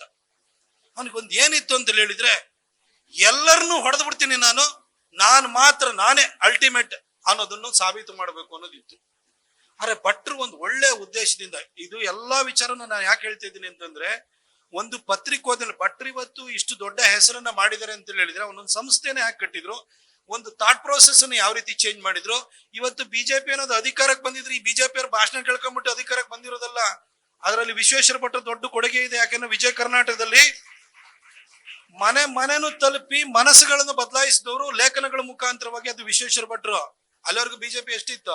39, 42, 79 ಆಗಿದ್ಯ ಅವಾಗ 2004ರಲ್ಲಿ. ಅಲ್ಲಿವರೆಗೂ 2004ಕ್ಕೂ ವಿಜಯ ಕರ್ನಾಟಕ ಯಾವ ರೀತಿ ರೈಸ್ ಆಯ್ತು ವಿಶ್ವೇಶ್ವರ ಭಟ್ರಿಂದಾಗಿ. ಆ ನಂತರ ಹೇಗೆ ಬಿಜೆಪಿನೂ ಬೆಳೀತು ಅದನ್ನು ಯೋಚನೆಯನ್ನ ಮಾಡಿ, ಆ ಒಂದು ಬಲಪಂಥೀಯ ಚಿಂತನೆಗಳು ರಾಷ್ಟ್ರೀಯತೆಗೆ ವೇದಿಕೆಯನ್ನು ಕೊಟ್ಟಿದ್ದು ವಿಶ್ವೇಶ್ವರ ಭಟ್ರು. ಹಾಗಾಗಿಯೇ ಹೆಚ್ಚು ಜನಕ್ಕೆ ತಲುಪೋಕಾಯ್ತು. ಇಡೀ ಕರ್ನಾಟಕದ ಮೂಲೆಗಳು ತಲುಪಿಬಿಟ್ಟು ಅಷ್ಟು ಜನ ಯಂಗ್ಸ್ಟರ್ಸ್ ನ ಇನ್ಫ್ಲೂಯೆನ್ಸ್ ಮಾಡ್ಲಿಕ್ಕಾಗಿದ್ದು ಭಟ್ರ ಪತ್ರಿಕೋದ್ಯಮದಿಂದಾಗಿ. ಇನ್ನು ಈ ವಿಚಾರಕ್ಕೆ ಬರೋದಾದ್ರೆ, ಭೈರಪ್ಪನವ್ರ ಬಗ್ಗೆ ಹಂಗೆಲ್ಲ ಬರೆದಿದ್ದ. ಭಟ್ರು ನನಗೆ ಭಾನುವಾರ ಕಾಲ್ ಮಾಡಿದ್ರು, ರವಿ ಬೆಳಗೆರೆ ಅವ್ನು ಬಂದಂತ ಭೈರಪ್ಪನವರಿಗೆ ಹೊಡೆದಾಕ್ಬಿಟ್ಟಿದ್ಯಾ ಅಂತೇಳಿ ಏನ್ ಮೇಲ್ಗಳು ಅವನಿಗೆ ರವಿ ಬೆಳಗೆರೆಗೆ, ಯಾಕಂದ್ರೆ ಮೇಲ್ ಇಡಿ ಹಾಕ್ತಾ ಇತ್ತು. ಭಟ್ರಿಗೆ ಫಾರ್ವರ್ಡ್ ಎಲ್ಲ ಮಾಡ್ಬಿಟ್ಟು, ಪ್ರತಾಪ್ ಹಿಂಗಾಗಿದೆ ಮೇಲ್ ಎಲ್ಲ ಫಾರ್ವರ್ಡ್ ಮಾಡಿದ್ದೇನೆ, ಆದ್ರೆ ನಮ್ಮ ಡಿಬೇಟಿನ ಉದ್ದೇಶನೇ ಬೇರೆ ಇತ್ತು, ಸಂಪೂರ್ಣವಾಗಿ ಬದಲಾಗ್ಬಿಟ್ಟಿದೆ, ಎಲ್ಲೋ ದಾರಿ ತಪ್ಪಿ ಹೋಗ್ಬಿಟ್ಟಿದೆ, ಇದನ್ನ ಸರಿ ದಾರಿ ತರಬೇಕು, ನೀನ್ ರವಿ ಬೆಳಗೆರೆನ ಕೌಂಟರ್ ಮಾಡು ಅಂದ್ರು. ಭಟ್ರು ಅವರು ದೋಸ್ತಿ, ನನ್ನನ್ನು ಅವನು ಕುಡುಕ್ತಾನೆ ಇರ್ತಾನೆ, ಅವನಿಗೆ ವಾಪಸ್ ಹೊಡೆಯಕ್ ಭಟ್ರು ಬಿಡಲ್ಲ, ಇದಕ್ ನಾನು ಹೋಗಿ ತಲೆ ಕೊಡ್ಬೇಕು. ಭಟ್ರಿಗೆ ನಾ ಹೇಳಿದೆ, ನಾನು ಓದಿದ್ಯಾ ಅಂತ ಕೇಳಿದ್ರು, ಓದಿಲ್ಲ ಅಂದೆ. ಆಮೇಲೆ ಭಟ್ರಿಗೆ ಓದಿ ಒಂದು ನನ್ಗೆ ಕೌಂಟರ್ ಮಾಡು ಅಂದ್ರು. ಸರ್ ಇವ್ರ ಬಗ್ಗೆ ಭೈರಪ್ಪನವ್ರ ಬಗ್ಗೆ ವೈಯಕ್ತಿಕ ದಾಳಿ ಮಾಡಿದ್ದಾನೆ, ನಾನು ಅದೇ ಲ್ಯಾಂಗ್ವೇಜ್ ಅಲ್ಲಿ ಉತ್ತರ ಕೊಡ್ತೀನಿ ಸರ್, ಅವಕಾಶ ಕೊಡ್ತೀರಾ ಅಂದ್ರೆ. ಅದೆಲ್ಲ ಬೇಡ ಅಂತಂದ್ರು. ಅವ್ನು ಹಂಗೆ ಕೌಂಟರ್ ಮಾಡು, ಅವನು ವೈಚಾರಿಕವಾಗಿ ನೀ ಕೌಂಟರ್ ಮಾಡು ಅಂತ. ಆಮೇಲೆ ಇಲ್ಲ ಸರ್, ನಾನು ಅವನಿಗೆ ಪರ್ಸನಲ್ ಅಟ್ಯಾಕ್ ಮಾಡಕ್ ಬಿಟ್ರೆ ಅಷ್ಟೇನೆ ನಾನು ಬರೆಯೋದು ಅಂತಂದೆ.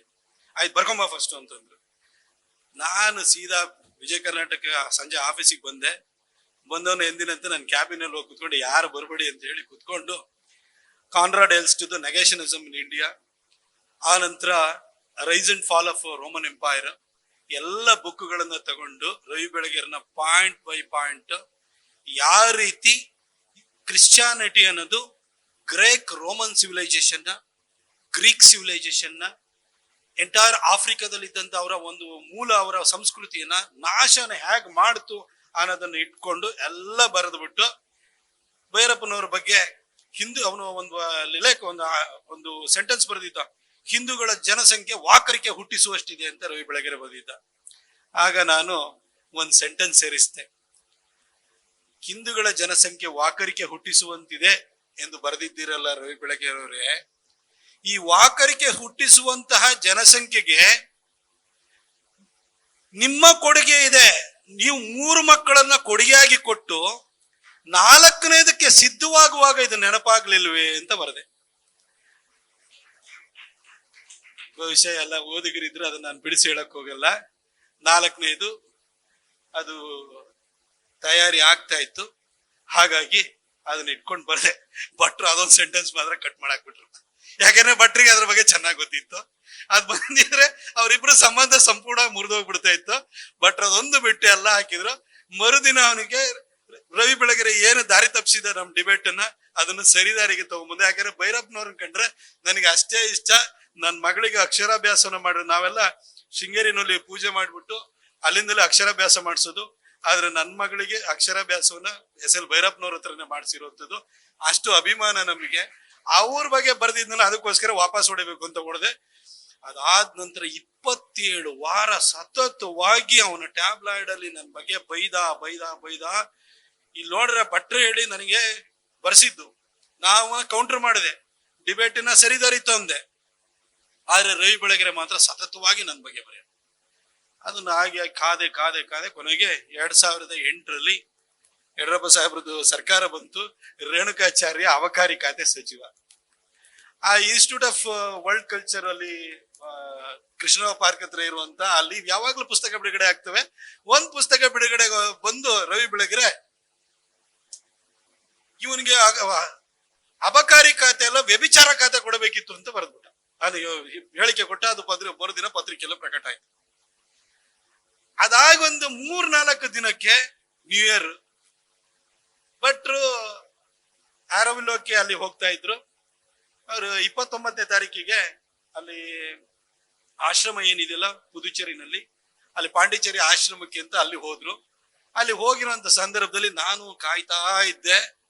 ಭಟ್ರಿದ್ರೆ ಇದನ್ನ ಎಡಿಟೋರಿಯಲ್ ಪೇಜ್ ತೋರಿಸ್ತೀನಿ, ನಾನು ಏನೇ ಕುಟುಕಿದ್ರು ಅದನ್ನು ಶಾರ್ಪ್ ಭಟ್ರದ್ದು ಏನೇನು ಹಿಂಗೆ ನೋಡ್ತಾರೆ. ನೋಡಿ ಆದ್ಮೇಲೆ ಗುರ್ತು ಮಾಡ್ಬಿಟ್ಟು ಅದನ್ನ ಇಂಟು ಹಾಕ್ಬಿಡ್ತಾರೆ. ಅದಕ್ಕೋಸ್ಕರ ಕಾಯ್ತಾ ಇದ್ದೆ. ಭಟ್ರಿಗೆ ಇರುವಾಗ ಅವ್ರು ಕಣ್ ತಪ್ಪಿಸ್ಲಿಕ್ಕೆ ಸಾಧ್ಯ ಇಲ್ಲ ಅಂತ. ಕೊನೆಗೆ ಭಟ್ರು ಅರವಿಲ್ಲಕ್ಕೆ ಹೋಗಿದ್ದಂತ ಸಂದರ್ಭದಲ್ಲಿ ನನ್ನ ಫ್ರೆಂಡ್ ಒಬ್ಬ ಶ್ರೀಶಾ ಪುಣಚ ಅಂತಿದ್ದಾನೆ.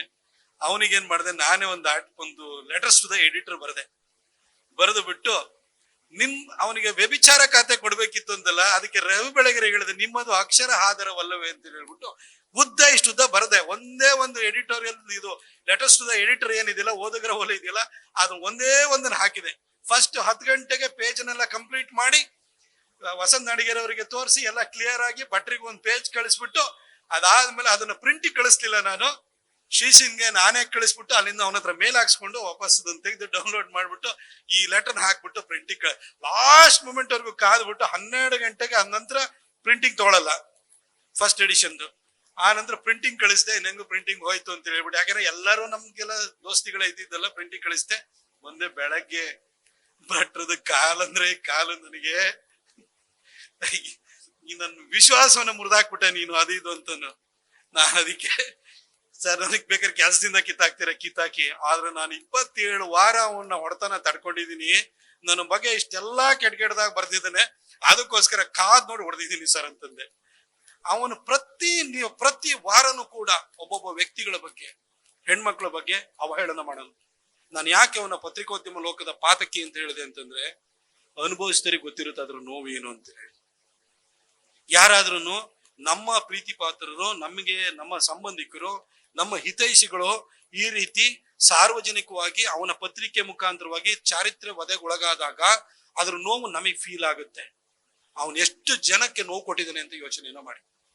ಅದಕ್ಕೋಸ್ಕರವಾಗಿ ನಾನು ಈ ವಿಚಾರವನ್ನ ಹೇಳಿದೆ. ಅರೆ ಭಟ್ರದಿಂದ ನೇರವಾಗಿ ಪತ್ರಿಕೋದ್ಯಮದ ವಿಚಾರಕ್ಕೆ ಬರೋದಾದ್ರೆ, ಇವತ್ತೆಲ್ಲರೂ ಕೂಡ ಪತ್ರಿಕೋದ್ಯಮ ಮೊದಲಿನ ತರ ಇಲ್ಲ, ಇವಾಗ ಜರ್ನಲಿಸಂ ಅನ್ನೋದು ಕಾಂಪ್ರಮೈಸಿಂಗ್ ಜರ್ನಲಿಸಂ ಆಗೋಗಿದೆ, ಈ ತರದೆಲ್ಲ ಮಾತುಗಳಿದಾವೆ.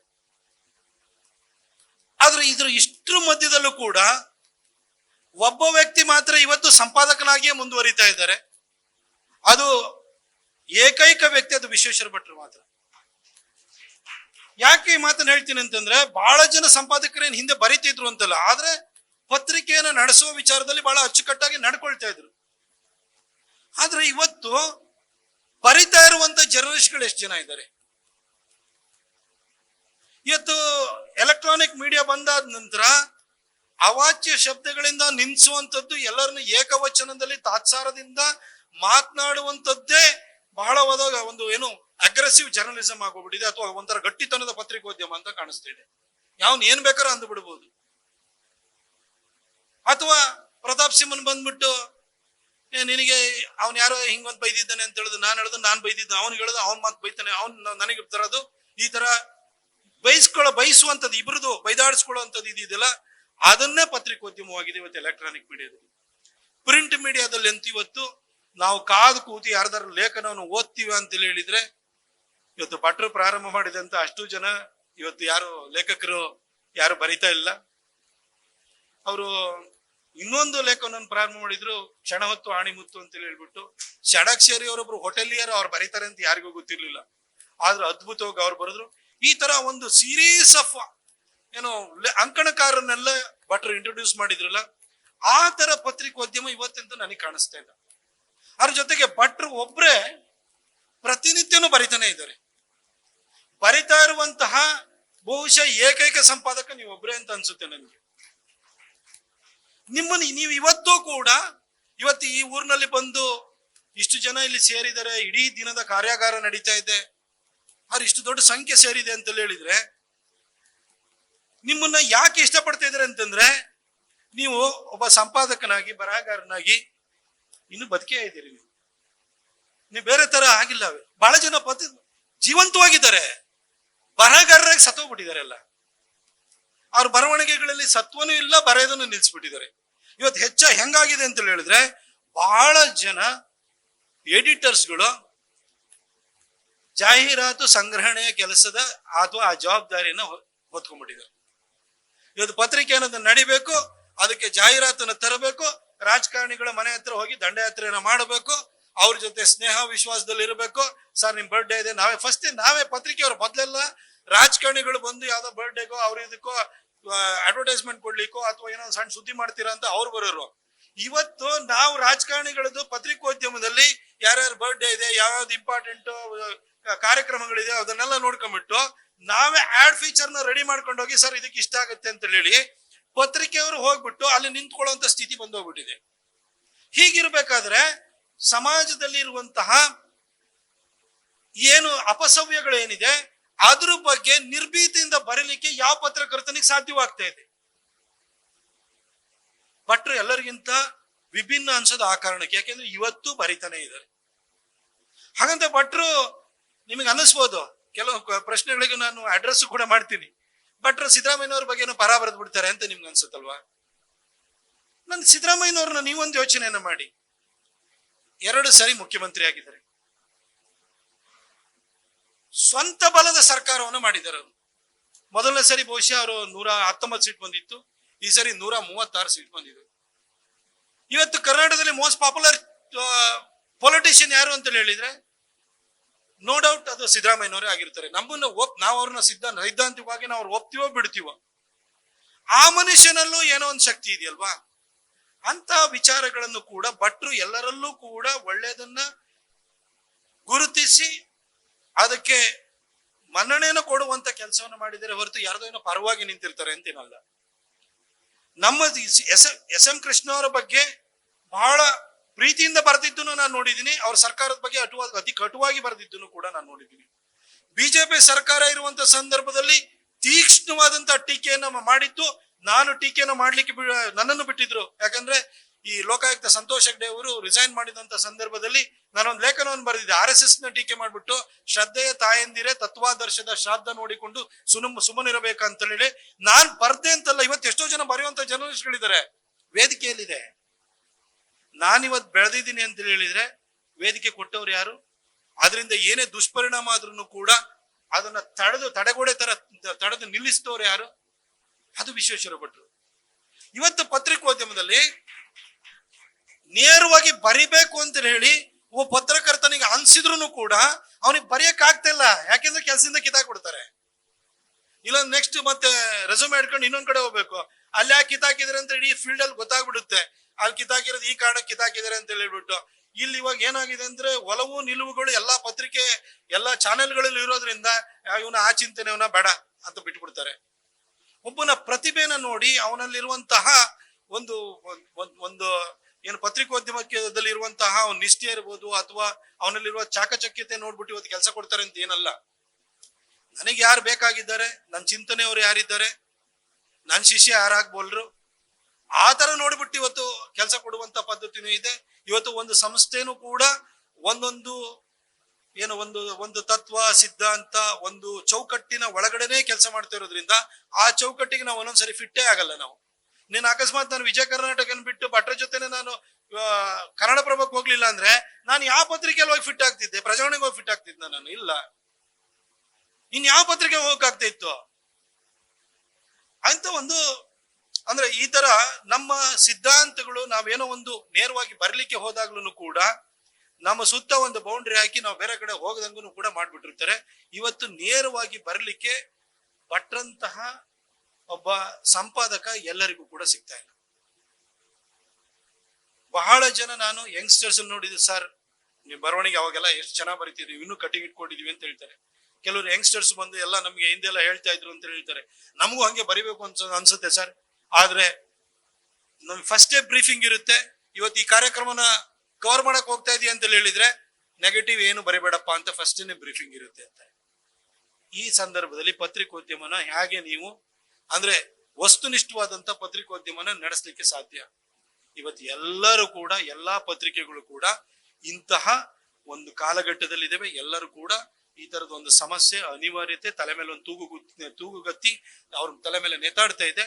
ಹಾಗಾಗಿ ನಿರ್ಭೀತಿಯಿಂದ ವಸ್ತುನಿಷ್ಠವಾಗಿ ಬರೆಯುವಂಥದ್ದಾಗ್ಲಿ ಪತ್ರಿಕೋದ್ಯಮನ ಮಾಡುವಂಥದ್ದಾಗ್ಲಿ ಪತ್ರಕರ್ತರಿಗೆ ದುಸ್ತರವಾಗಿದೆ. ಇದ್ರ ಮಧ್ಯನೂ ಕೂಡ ನೇರವಾಗಿ ಬರೆಯುವಂತಹ ನಿರ್ಭೀತಿಯಿಂದ ಬರೀಲಿಕ್ಕೆ ಬಿಡುವಂತಹ ಸಂಪಾದಕರಾಗಿ ವಿಶ್ವೇಶ್ವರ ಭಟ್ರು ಇದ್ದಾರೆ. ನಾನು ಸಾಕಷ್ಟು ಅದ್ರ ಬಗ್ಗೆ ಹೇಳಿದ್ದೀನಿ. ನಮ್ಮಲ್ಲಿ ಬಹಳ ಸ್ಟಾರ್ ಜರ್ನಲಿಸ್ಟ್ಗಳೆಲ್ಲ ಅಂದ್ರೆ ನ್ಯಾಷನಲ್ ಲೆವೆಲ್ ಎಲ್ಲ ಬಂದಿದ್ದೆಲ್ಲ ನಾವು ನೋಡಿದ್ವಿ. ಎಲ್ಲೋ ಒಂದ್ ಕಡೆ ನಾವೆಲ್ಲ ಎಂ.ವಿ. ಕಾಮತ್ ಅಂತವ್ರನ್ನ ಅಥವಾ ಎಲ್ಲೋ ವೀರ್ ಸಾಂಗ್ವಿ ಅಂತವ್ರನ್ನ, ಚಂದನ್ ಮಿತ್ರ ಅವರಂತವ್ರನ್ನ ಪ್ರಿಂಟ್ ಅಲ್ಲೇ ಬಂದು ಆ ನಂತರ ಎಲೆಕ್ಟ್ರಾನಿಕ್ ಮೀಡಿಯಾದಲ್ಲಿ ದೊಡ್ಡ ಹೆಸರು ಮಾಡಿದಂತ ರಾಜೀವ್ ಸರ್ದೇಸಾಯಿ ಇರ್ಬೋದು, ಬರ್ಕಾದತ್ ಇರ್ಬೋದು, ಚಿಂತನೆಗಳೇನೇ ಇರ್ಲಿ ಎಲ್ಲ ಸ್ಟಾರ್ ಜರ್ನಲಿಸ್ಟ್ಗಳಾಗಿ ಬಂದಿರುವಂತವ್ರನ್ನ ನಾವು ನೋಡಿದೀವಿ. ಆದ್ರೆ ಒಂದೇ ಒಂದು ಪತ್ರಿಕೆನಲ್ಲಿ ತನ್ನಷ್ಟೇ ಪ್ರಖ್ಯಾತಿಯನ್ನ ಗಳಿಸುವಂತಹ ಸ್ಟಾರ್ ಅಂಕಣಕಾರರನ್ನ ಇಡೀ ಭಾರತೀಯ ಪತ್ರಿಕೋದ್ಯಮದಲ್ಲಿ ಯಾರಾದ್ರೂ ಹುಟ್ಟು ಹಾಕಿದ್ರೆ ಅದು ವಿಶ್ವೇಶ್ವರ ಭಟ್ರು ಮಾತ್ರ. ಇವತ್ತು ನನ್ನ ಮನೆಯಲ್ಲಿ ನಾನು ಇವತ್ತೂ ಕೂಡ ನನ್ನ ತಾಯಿ ಚಾಮುಂಡೇಶ್ವರಿನ ನಾನು ಎಷ್ಟು ಆರಾಧಿಸ್ತೀನಿ, ಎಷ್ಟು ಧನ್ಯತೆಯಿಂದ ನೆನಪು ಮಾಡ್ಕೊಳ್ತೀನಿ. ನನ್ನ ದೇವರಿಗಿಂತ ಮೇಲಿಟ್ಟೇಳಲ್ಲ, ಆದ್ರೆ ತಾಯಿ ಚಾಮುಂಡೇಶ್ವರಿಯ ಸೇವೆಯನ್ನು ಮಾಡ್ಲಿಕ್ಕೆ ನನಗೆ ಆ ಊರಿಗೆ ಹೋಗ್ಲಿಕ್ಕೆ ಕಾರಣರಾದವರು ವಿಶ್ವೇಶ್ವರ ಭಟ್ರು. ಯಾಕಂದ್ರೆ ನನ್ನ ಬರವಣಿಗೆಗೆ ನನಗೆ ಅಂತ ಒಂದು ಅವಕಾಶ ನೋಡಿ. ಪ್ರತಾಪ್ ಸಿಂಹ ಏನ್ ಸೂಪರ್ ಆಗಿ ಬರೀತಿದ್ದ, ನೇರವಾಗಿ ಬರೀತಿದ್ದ, ತೀಕ್ಷ್ಣವಾಗಿ ಬರೀತಿದ್ದ. ಬರೀಲಿಕ್ಕೆ ಬಿಟ್ಟವ್ರು ಯಾರು? ಭಟ್ರು ಬಿಟ್ಟಿದ್ದು. ಬಿಡ್ಲಿಲ್ಲ ಅಂದಿದ್ರೆ ಅವತ್ತೇ ಚೂಟ್ ಹಾಕ್ಬೋದಿತ್ತು. ಅವತ್ತೇ ನನ್ನನ್ನು 8 ಸಾರಿ ಕಿತ್ತಾಕಿದ್ರು ಕೆಲಸದಿಂದ ವಿಜಯ ಸಂಕೇಶ್ವರ್ ಅವರು. ಅವ್ರಿಗೂ ಧನ್ಯವಾದವನ್ನು ಹೇಳ್ತೀನಿ. ಪಾಪ ಅವ್ರ ಇದ್ರ ಮಧ್ಯದಲ್ಲೂ ಕೂಡ ಭಟ್ರ ಕಾರಣಕ್ಕೆ ನನ್ನ ಕೆಲಸದಲ್ಲಿ ಮುಂದುವರಿಸಿದ್ದಾರೆ. ಅವರು ಒಂದು ದೊಡ್ಡ ಪತ್ರಿಕೆಯನ್ನು ಕಟ್ಟಿ ನಮ್ಮಂತವರಿಗೆ ಬರ್ಲಿಕ್ಕೆ ವೇದಿಕೆಯನ್ನು ಮಾಡಿದಂತವ್ರು ಅವರು. ಆದ್ರೆ ಆ ವೇದಿಕೆಯನ್ನ ಸದಾ ನನಗೆ ಉಳಿಸ್ಕೊಟ್ಟಂತವ್ರು, ನನ್ನನ್ನ ರಕ್ಷಣೆನ ಮಾಡಿದಂತವ್ರು, ನನ್ನಂತ 10 ಜನ ಅಂಕಣಕಾರರನ್ನ ಸಮಾಜದಲ್ಲಿ ಅವರ ಬರವಣಿಗೆ ಮುಖಾಂತರವಾಗಿ ಗುರುತಿಸ್ಕೊಳ್ಳಿಕ್ಕೆ ಅವಕಾಶನ ಮಾಡಿಕೊಟ್ಟಂತವ್ರು ಭಟ್ರು. ಇವತ್ತು ಎಲ್ಲೇ ಹೋಗ್ಲಿ ನಾನು ಮಾಡಿದಂತ ಕೆಲಸದಿಂದ ಇವತ್ತು ತುಂಬಾ ಜನ ಗುರುತಿಸ್ತಾರೆ. ಯಾಕಂದ್ರೆ ನಾನು ಒಬ್ಬ MP ಆಗಿ ನಾನು ಬೆಂಗಳೂರು ಮೈಸೂರು ಹೈವೇ ಇರೋದು, ಮೈಸೂರಿಂದ ಮಡಿಕೇರಿ ಹೈವೇ ಇರೋದು, ರಿಂಗ್ ರೋಡ್ ನ್ಯಾಷನಲ್ ಹೈವೇ ಮಾಡ್ಕೊಂಡಿರ್ಬೋದು, ಏರ್ಪೋರ್ಟ್ ಎಕ್ಸ್ಪಾನ್ಷನ್ ಹೋಗಿದಿರ್ಬೋದು, software technology park of India ತಗೊಂಡ್ಬಂದಿದ್ದಿರ್ಬೋದು, first POPSK post office passport Seva Kendra ದೇಶದ ಮೊದಲನೇದು ತಗೊಂಡೋಗಿದ್ದಿರ್ಬೋದು, ಚಾಮುಂಡಿ ಬೆಟ್ಟದ ಅಭಿವೃದ್ಧಿ ಹಣ ತಂದಿದ್ದಿರ್ಬೋದು, ಎಕ್ಸಿಬಿಷನ್ ತಂದಿರೋದಿರ್ಬೋದು, ಯುನಿಟಿ ಮಾಲ್ ಅಂತ 193 crores ತಗೊಂಡ್ಬಂದಿರೋಂಥದ್ದು ಇರ್ಬೋದು. ಎಲ್ಲಾ ಮನೆಗಳಿಗೂ ಕೂಡ ಟ್ಯಾಪ್ಡ್ ವಾಟರ್ ನ ಜಲ್ ಜೀವನ್ ಮಿಷನ್ ಅಲ್ಲಿ ಕೊಡಿಸಿದಿರ್ಬೋದು. ಎಲ್ಲಾ ಮನೆಗಳಿಗೂ, ನಗರ ಪ್ರದೇಶದಲ್ಲಿರುವಂತಹ ಮನೆಗಳಿಗೆ Atal mission for urban renewal and transformation ಅಂತ ಅಮೃತ್ ಯೋಜನೆ ಕುಡಿಯೋ ನೀರನ್ನು ಕೊಟ್ಟಿರುವಂತದ್ದು ಇರ್ಬೋದು, ಕಸ ತೆಗ್ಸೋ ಕೆಲಸ ಇರ್ಬೋದು, ಗ್ಯಾಸ್ ಪೈಪ್ ಲೈನ್ ಹಾಕೋ ಕೆಲಸ ಇರ್ಬೋದು. ಎಲ್ಲರ ಜೊತೆ ಹೊಡೆದಾಟ ಮಾಡಿ ನಾನು ಅಷ್ಟು ಕೆಲಸವನ್ನ ಮಾಡ್ಲಿಕ್ಕೆ ಮೂಲ ಕಾರಣ ಏನು ಅಂತಂದ್ರೆ, ನನ್ನೊಳಗಿನ ಪತ್ರಕರ್ತ, ನನ್ನೊಳಗಿನ ರಾಜಕಾರಣಿನ ಇವತ್ತೂ ರಿವ್ಯೂ ಮಾಡ್ತಾನೆ ಇದ್ದಾನೆ. ಆ ನನ್ನೊಳಗಿನ ಪತ್ರಕರ್ತ ಸದಾ ಜಾಗೃತನಾಗಿ ಮಾಡಿದಂತವ್ರು ಅದು ವಿಶ್ವೇಶ್ವರ ಭಟ್ರು. ನನ್ನನ್ನ ಗೆದ್ದಾದ ನಂತರ ನನ್ನನ್ನ ಅದ್ ಗೆಲ್ಸ್ ಕರ್ಕೊಂಡ್ಬಂದು ಅದನ್ನ ಸಣ್ಣದಾಗಿ ಹೇಳ್ತೀನಿ. ಅವ್ರ ನಂತರ ಕನ್ನಡಪ್ರಭಕ್ಕೆ ಹೋದೆ. ಅದಾದ್ಮೇಲೆ ಪ್ರತಾಪ್, ನಿನ್ನ ವಿರುದ್ಧ ನಾನು ಯಾವತ್ತು ಬರೆಯುವಂತ ಒಂದು ಪರಿಸ್ಥಿತಿನ ತಂದಿಟ್ಕೊಳ್ಬೇಡ ಅಂತ ಹೇಳಿದ್ರು. ಆ ಮುಖಾಂತರವಾಗಿ ನನ್ನೊಳಗಿನ ಪತ್ರಕರ್ತ, ನನ್ನೊಳಗಿನ ರಾಜಕಾರಣಿಯನ್ನ ಸದಾ ವಿಮರ್ಶನೆ ಮಾಡ್ತಾನೆ ಇರಬೇಕು, ನನ್ನನ್ನ ರಿವ್ಯೂ ಮಾಡ್ತಾನೆ ಇರಬೇಕು. ಆ ತರ ಒಂದು ಎಚ್ಚರಿಕೆಯನ್ನು ಕೊಟ್ಟಂತರು ಕೂಡ ವಿಶ್ವೇಶ್ವರ ಭಟ್ರು. ಹಾಗಾಗಿ ನಾನೊಬ್ಬ ಪತ್ರಕರ್ತಂತರನೇ ರಾಜಕಾರಣಿ ರೂಪದಲ್ಲಿ ಇದ್ರು ಕೂಡ ನಾನು ಕೆಲಸ ಮಾಡಿದ್ರಿಂದಾಗಿ ಇಷ್ಟೆಲ್ಲ ಕೆಲಸ ಕಾರ್ಯನ ನಾನು ತರಲಿಕ್ಕೆ ಸಾಧ್ಯವಾಯಿತು. ನಾನು ಅದಕ್ಕೂ ಕೂಡ ವಿಶ್ವೇಶ್ವರ ಭಟ್ರಿಗೆ ನಾನು ಧನ್ಯವಾದ ಹೇಳ್ತೀನಿ. ಅದ್ರ ಜೊತೆಗೆ ಒಂದು ಸಣ್ಣ ನಿದರ್ಶನ ಹೇಳಿ ಸಾಕಷ್ಟು ಟೈಮ್ ಆಯ್ತು ಅನ್ಸುತ್ತೆ. ಒಂದು ಭಟ್ರು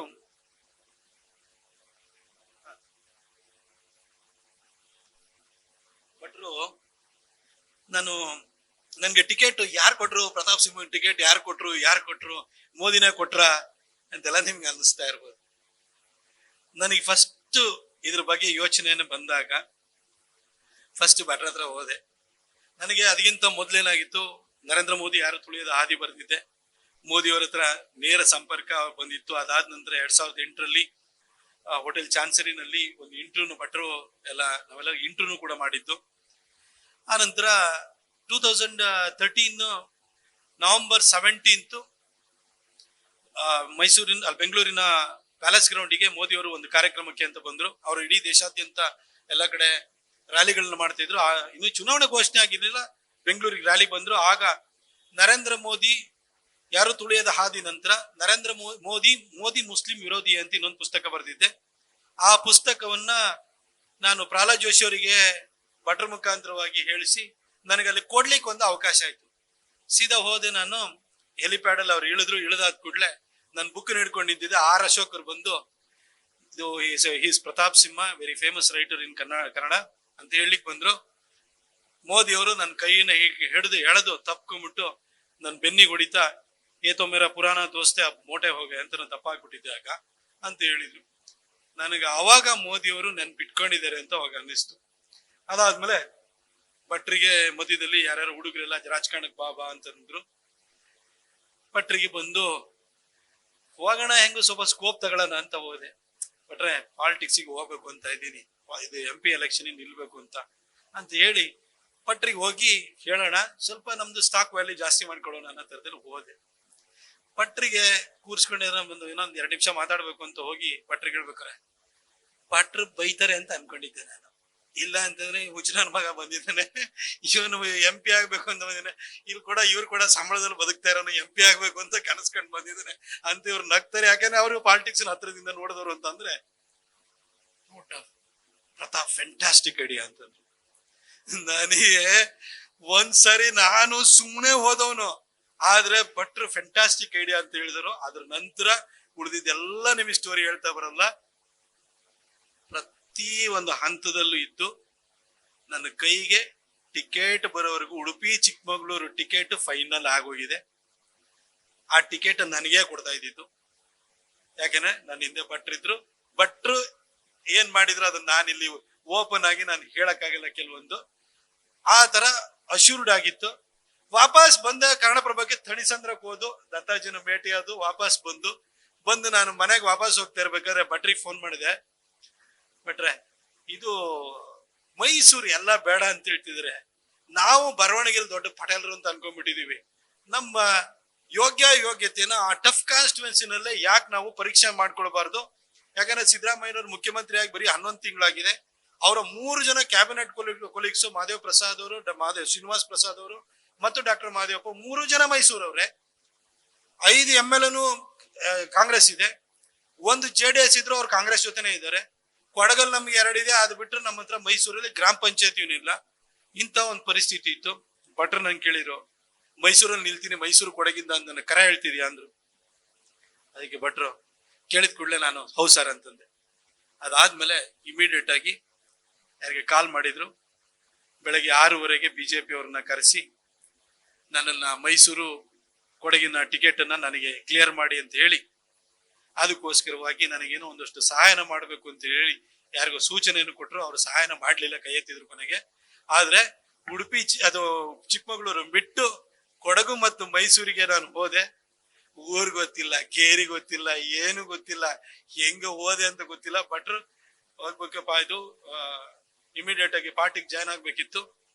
ಸಂತೋಷಿ ಎಲ್ಲ ಅಲ್ಲಿ ಫೆಸಿಲಿಟೇಟ್ ಮಾಡಿರು. ಸೀದಾ ಹೋದೆ, ಜಾಯ್ನ್ ಆದೆ. ಅಲ್ಲಿಂದ ಅದೇ ದಿನ ಶುಕ್ರವಾರ ಇದೆ ಅಂತ ಹೇಳ್ಬಿಟ್ಟು ಮೈಸೂರಿಗೆ ಹೊರಟೆ.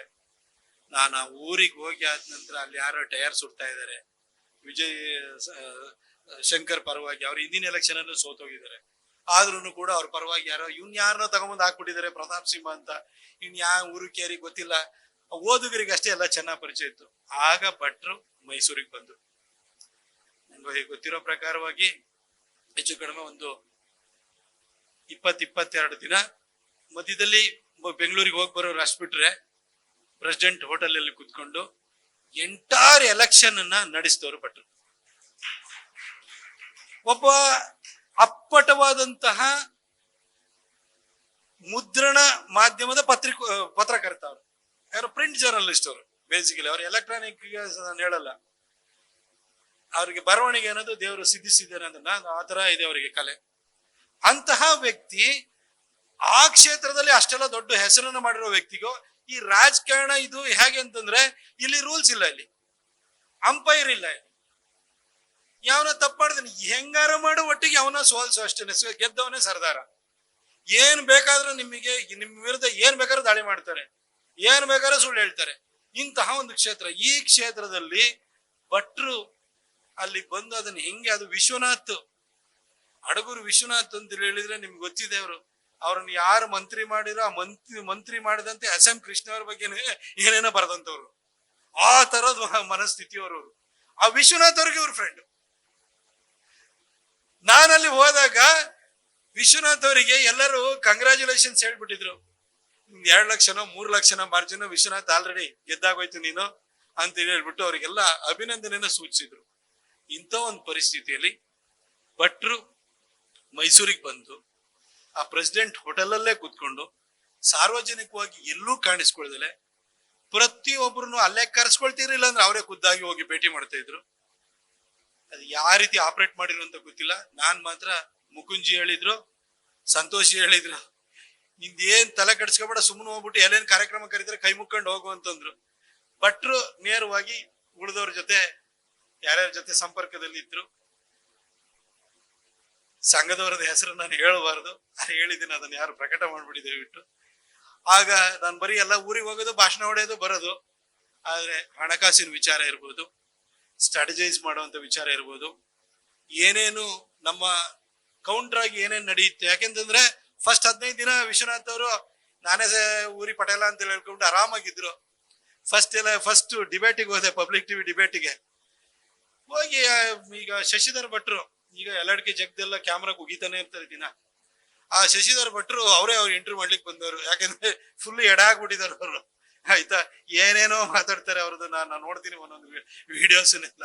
ಆ ಶಶಿಧರ್ ಭಟ್ರೆ ಅವತ್ತು ಇಂಟರ್ವ್ಯೂ ಮಾಡ್ಲಿಕ್ಕಿದ್ರು.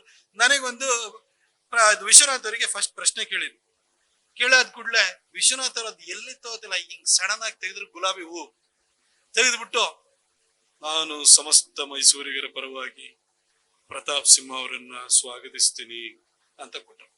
ಅಂದ್ರೆ ನಾನು ಎಷ್ಟು ಲಾರ್ಜ್ ಹಾರ್ಟೆಡ್ ಮನುಷ್ಯ ಅಂತ ಹೇಳಿ ವಿಶ್ವನಾಥ್ ಅವರು ಎಲ್ಲ ಜನಕ್ಕೊಂದು ಬಿಂಬಿಸ್ಕೊಳ್ಳಿಕ್ಕೆ ಅಂತ ಈ ತರ ಕೊಟ್ರು. ನಾ ಏನ್ ಮಾಡಿದೆ, ಹೋಗಿ ಖಾಲಿ ನಮಸ್ಕಾರ ಮಾಡ್ಬಿಟ್ಟೆ. ನಾನ್ ನಿಮ್ಗಿಂತ ಹಂಬಲ್ ಅನ್ನೋದ್ರಲ್ಲಿ ಆ ಡಿಬೇಟ್ ಅಲ್ಲಿ ಅವ್ರನ್ನ ಸೋಲ್ಸಾಕ್ಬಿಟ್ಟೆ. ನೆಕ್ಸ್ಟ್ TV9 ಡಿಬೇಟ್, ಅದರಲ್ಲೂ ಸೋಲಿಸ್ತೆ. ಅದಾದ ನಂತರ ಈಗ ಏನು ಏಷ್ಯನ್ ಹೆಡ್ ಇದೆಯಲ್ಲ, ಅದ್ರ ಡಿಬೇಟ್ ಅಲ್ಲೂ ಸೋಲಿಸ್ತೆ. ಸೋಲ್ಸಾದ್ಮೇಲೆ ಜನಕ್ಕೆ ಏನಾಗ್ಬಿಡ್ತು ಅಂತ ಹೇಳಿದ್ರೆ, ಇವ್ನು ಯಾರ ಬಂದ ವಿಶ್ವನಾಥ್ ಬಾಳ ಮಾತಾಡೋರು ಮನುಷ್ಯ, ಇವ್ರಿಗೆ ಹೊಡೆಯಕ್ಕೆ ಇವನೊಬ್ಬ ಬಂದಿದ್ದಾನೆ ಅಂತ ಹೇಳ್ಬಿಟ್ಟು ನನ್ ಪರವಾಗಿ ಜನ ಹೇಳಲಿಕ್ಕೆ ಶುರು ಮಾಡಿದ್ರು. ಆದ್ರೆ ಅಲ್ಲಿ ಹೋಗಿ ಎಲ್ಲಾದನ್ನು ನಮ್ದು ಇಂಜಿನ್ ನಡಿಬೇಕು ಅಂತಂದ್ರೆ ಅದಕ್ಕೆ ಬೇಕಲ್ಲ ಡೀಸೆಲ್ ಪೆಟ್ರೋಲ್, ಎಲ್ಲಿದೆ ನಮ್ಮ ಹತ್ರ. ಭಟ್ರು ಪ್ರತಿ ಒಂದನ್ನು ಅರೇಂಜ್ ಮಾಡಿದವರು, ಹಣಕಾಸಿನ ವಿಚಾರದಿಂದ ಹಿಡಿದು ಕಾರ್ಯತಂತ್ರ ರೂಪಿಸೋದ್ರಿಂದ ಹಿಡಿದು ಎಲ್ಲ ಮಾಡಿದವರು. ನಾನು ಉತ್ಸವ ಮೂರ್ತಿ ತರ ಹೋಗ್ತಾ ಇದ್ದೆ ಅಷ್ಟೇನೆ. ಕೊನೆಗೆ ಆದ್ರೂ ಕೂಡ ಒಬ್ರು ಇನ್ನೊಂದು ಟಿವಿ ಜರ್ನಲಿಸ್ಟ್ ಅವ್ರದೊಂದು ಸರ್ವೆ ಮಾಡಿರೋ, ಲಾಸ್ಟಿಗೆ ಎಲ್ಲ ಮುಗಿದ ಪೋಸ್ಟ್ ಪೋಲ್ ಪ್ರತಾಪ್ ಸಿಂಹ ಗೆದ್ದು ಬಿಡ್ತಾನೆ ಒಂದು ಸಣ್ಣ ಮಾರ್ಜಿನ್ ಅಲ್ಲಿ ಅಂತ ಬಂದ್ಬಿಡ್ತು. ನನ್ನ ಹೆಸರು ಇರಲಿಲ್ಲ ಅಂತಂದ್ರು ಅವ್ರು ಜರ್ನಲಿಸ್ಟ್. ಅಂತಹ ನನ್ನನ್ನ ಒಂಥರ ಇವನ್ ಗೆಲ್ಲಕ್ ಚಾನ್ಸೇ ಇಲ್ಲ, ಆ ಊರಿನಲ್ಲಿ ಚಾನ್ಸೇ ಇಲ್ಲ. ನಿಮಗೆ ಹೇಳ್ಬೇಕು ಅಂತ ಹೇಳಿದ್ರೆ ನನ್ನ ಕ್ಷೇತ್ರದಲ್ಲಿ ಹೆಚ್ಚು ಕಡಿಮೆ 20% SC ಇದೆ, 15% ಮುಸಲ್ಮಾನರಿದ್ದಾರೆ, 15%. ಒಂದು 7-8% ನಾಯಕರಿದ್ದಾರೆ, ಒಂದು 8-9% ಕುರುಬರಿದ್ದಾರೆ. ಇದರಲ್ಲಿ ನಮ್ಮ ಪರವಾದ ಓಟ್ ಎಷ್ಟಿದೆ ಅಂತ ಯೋಚನೆ ಮಾಡಿ.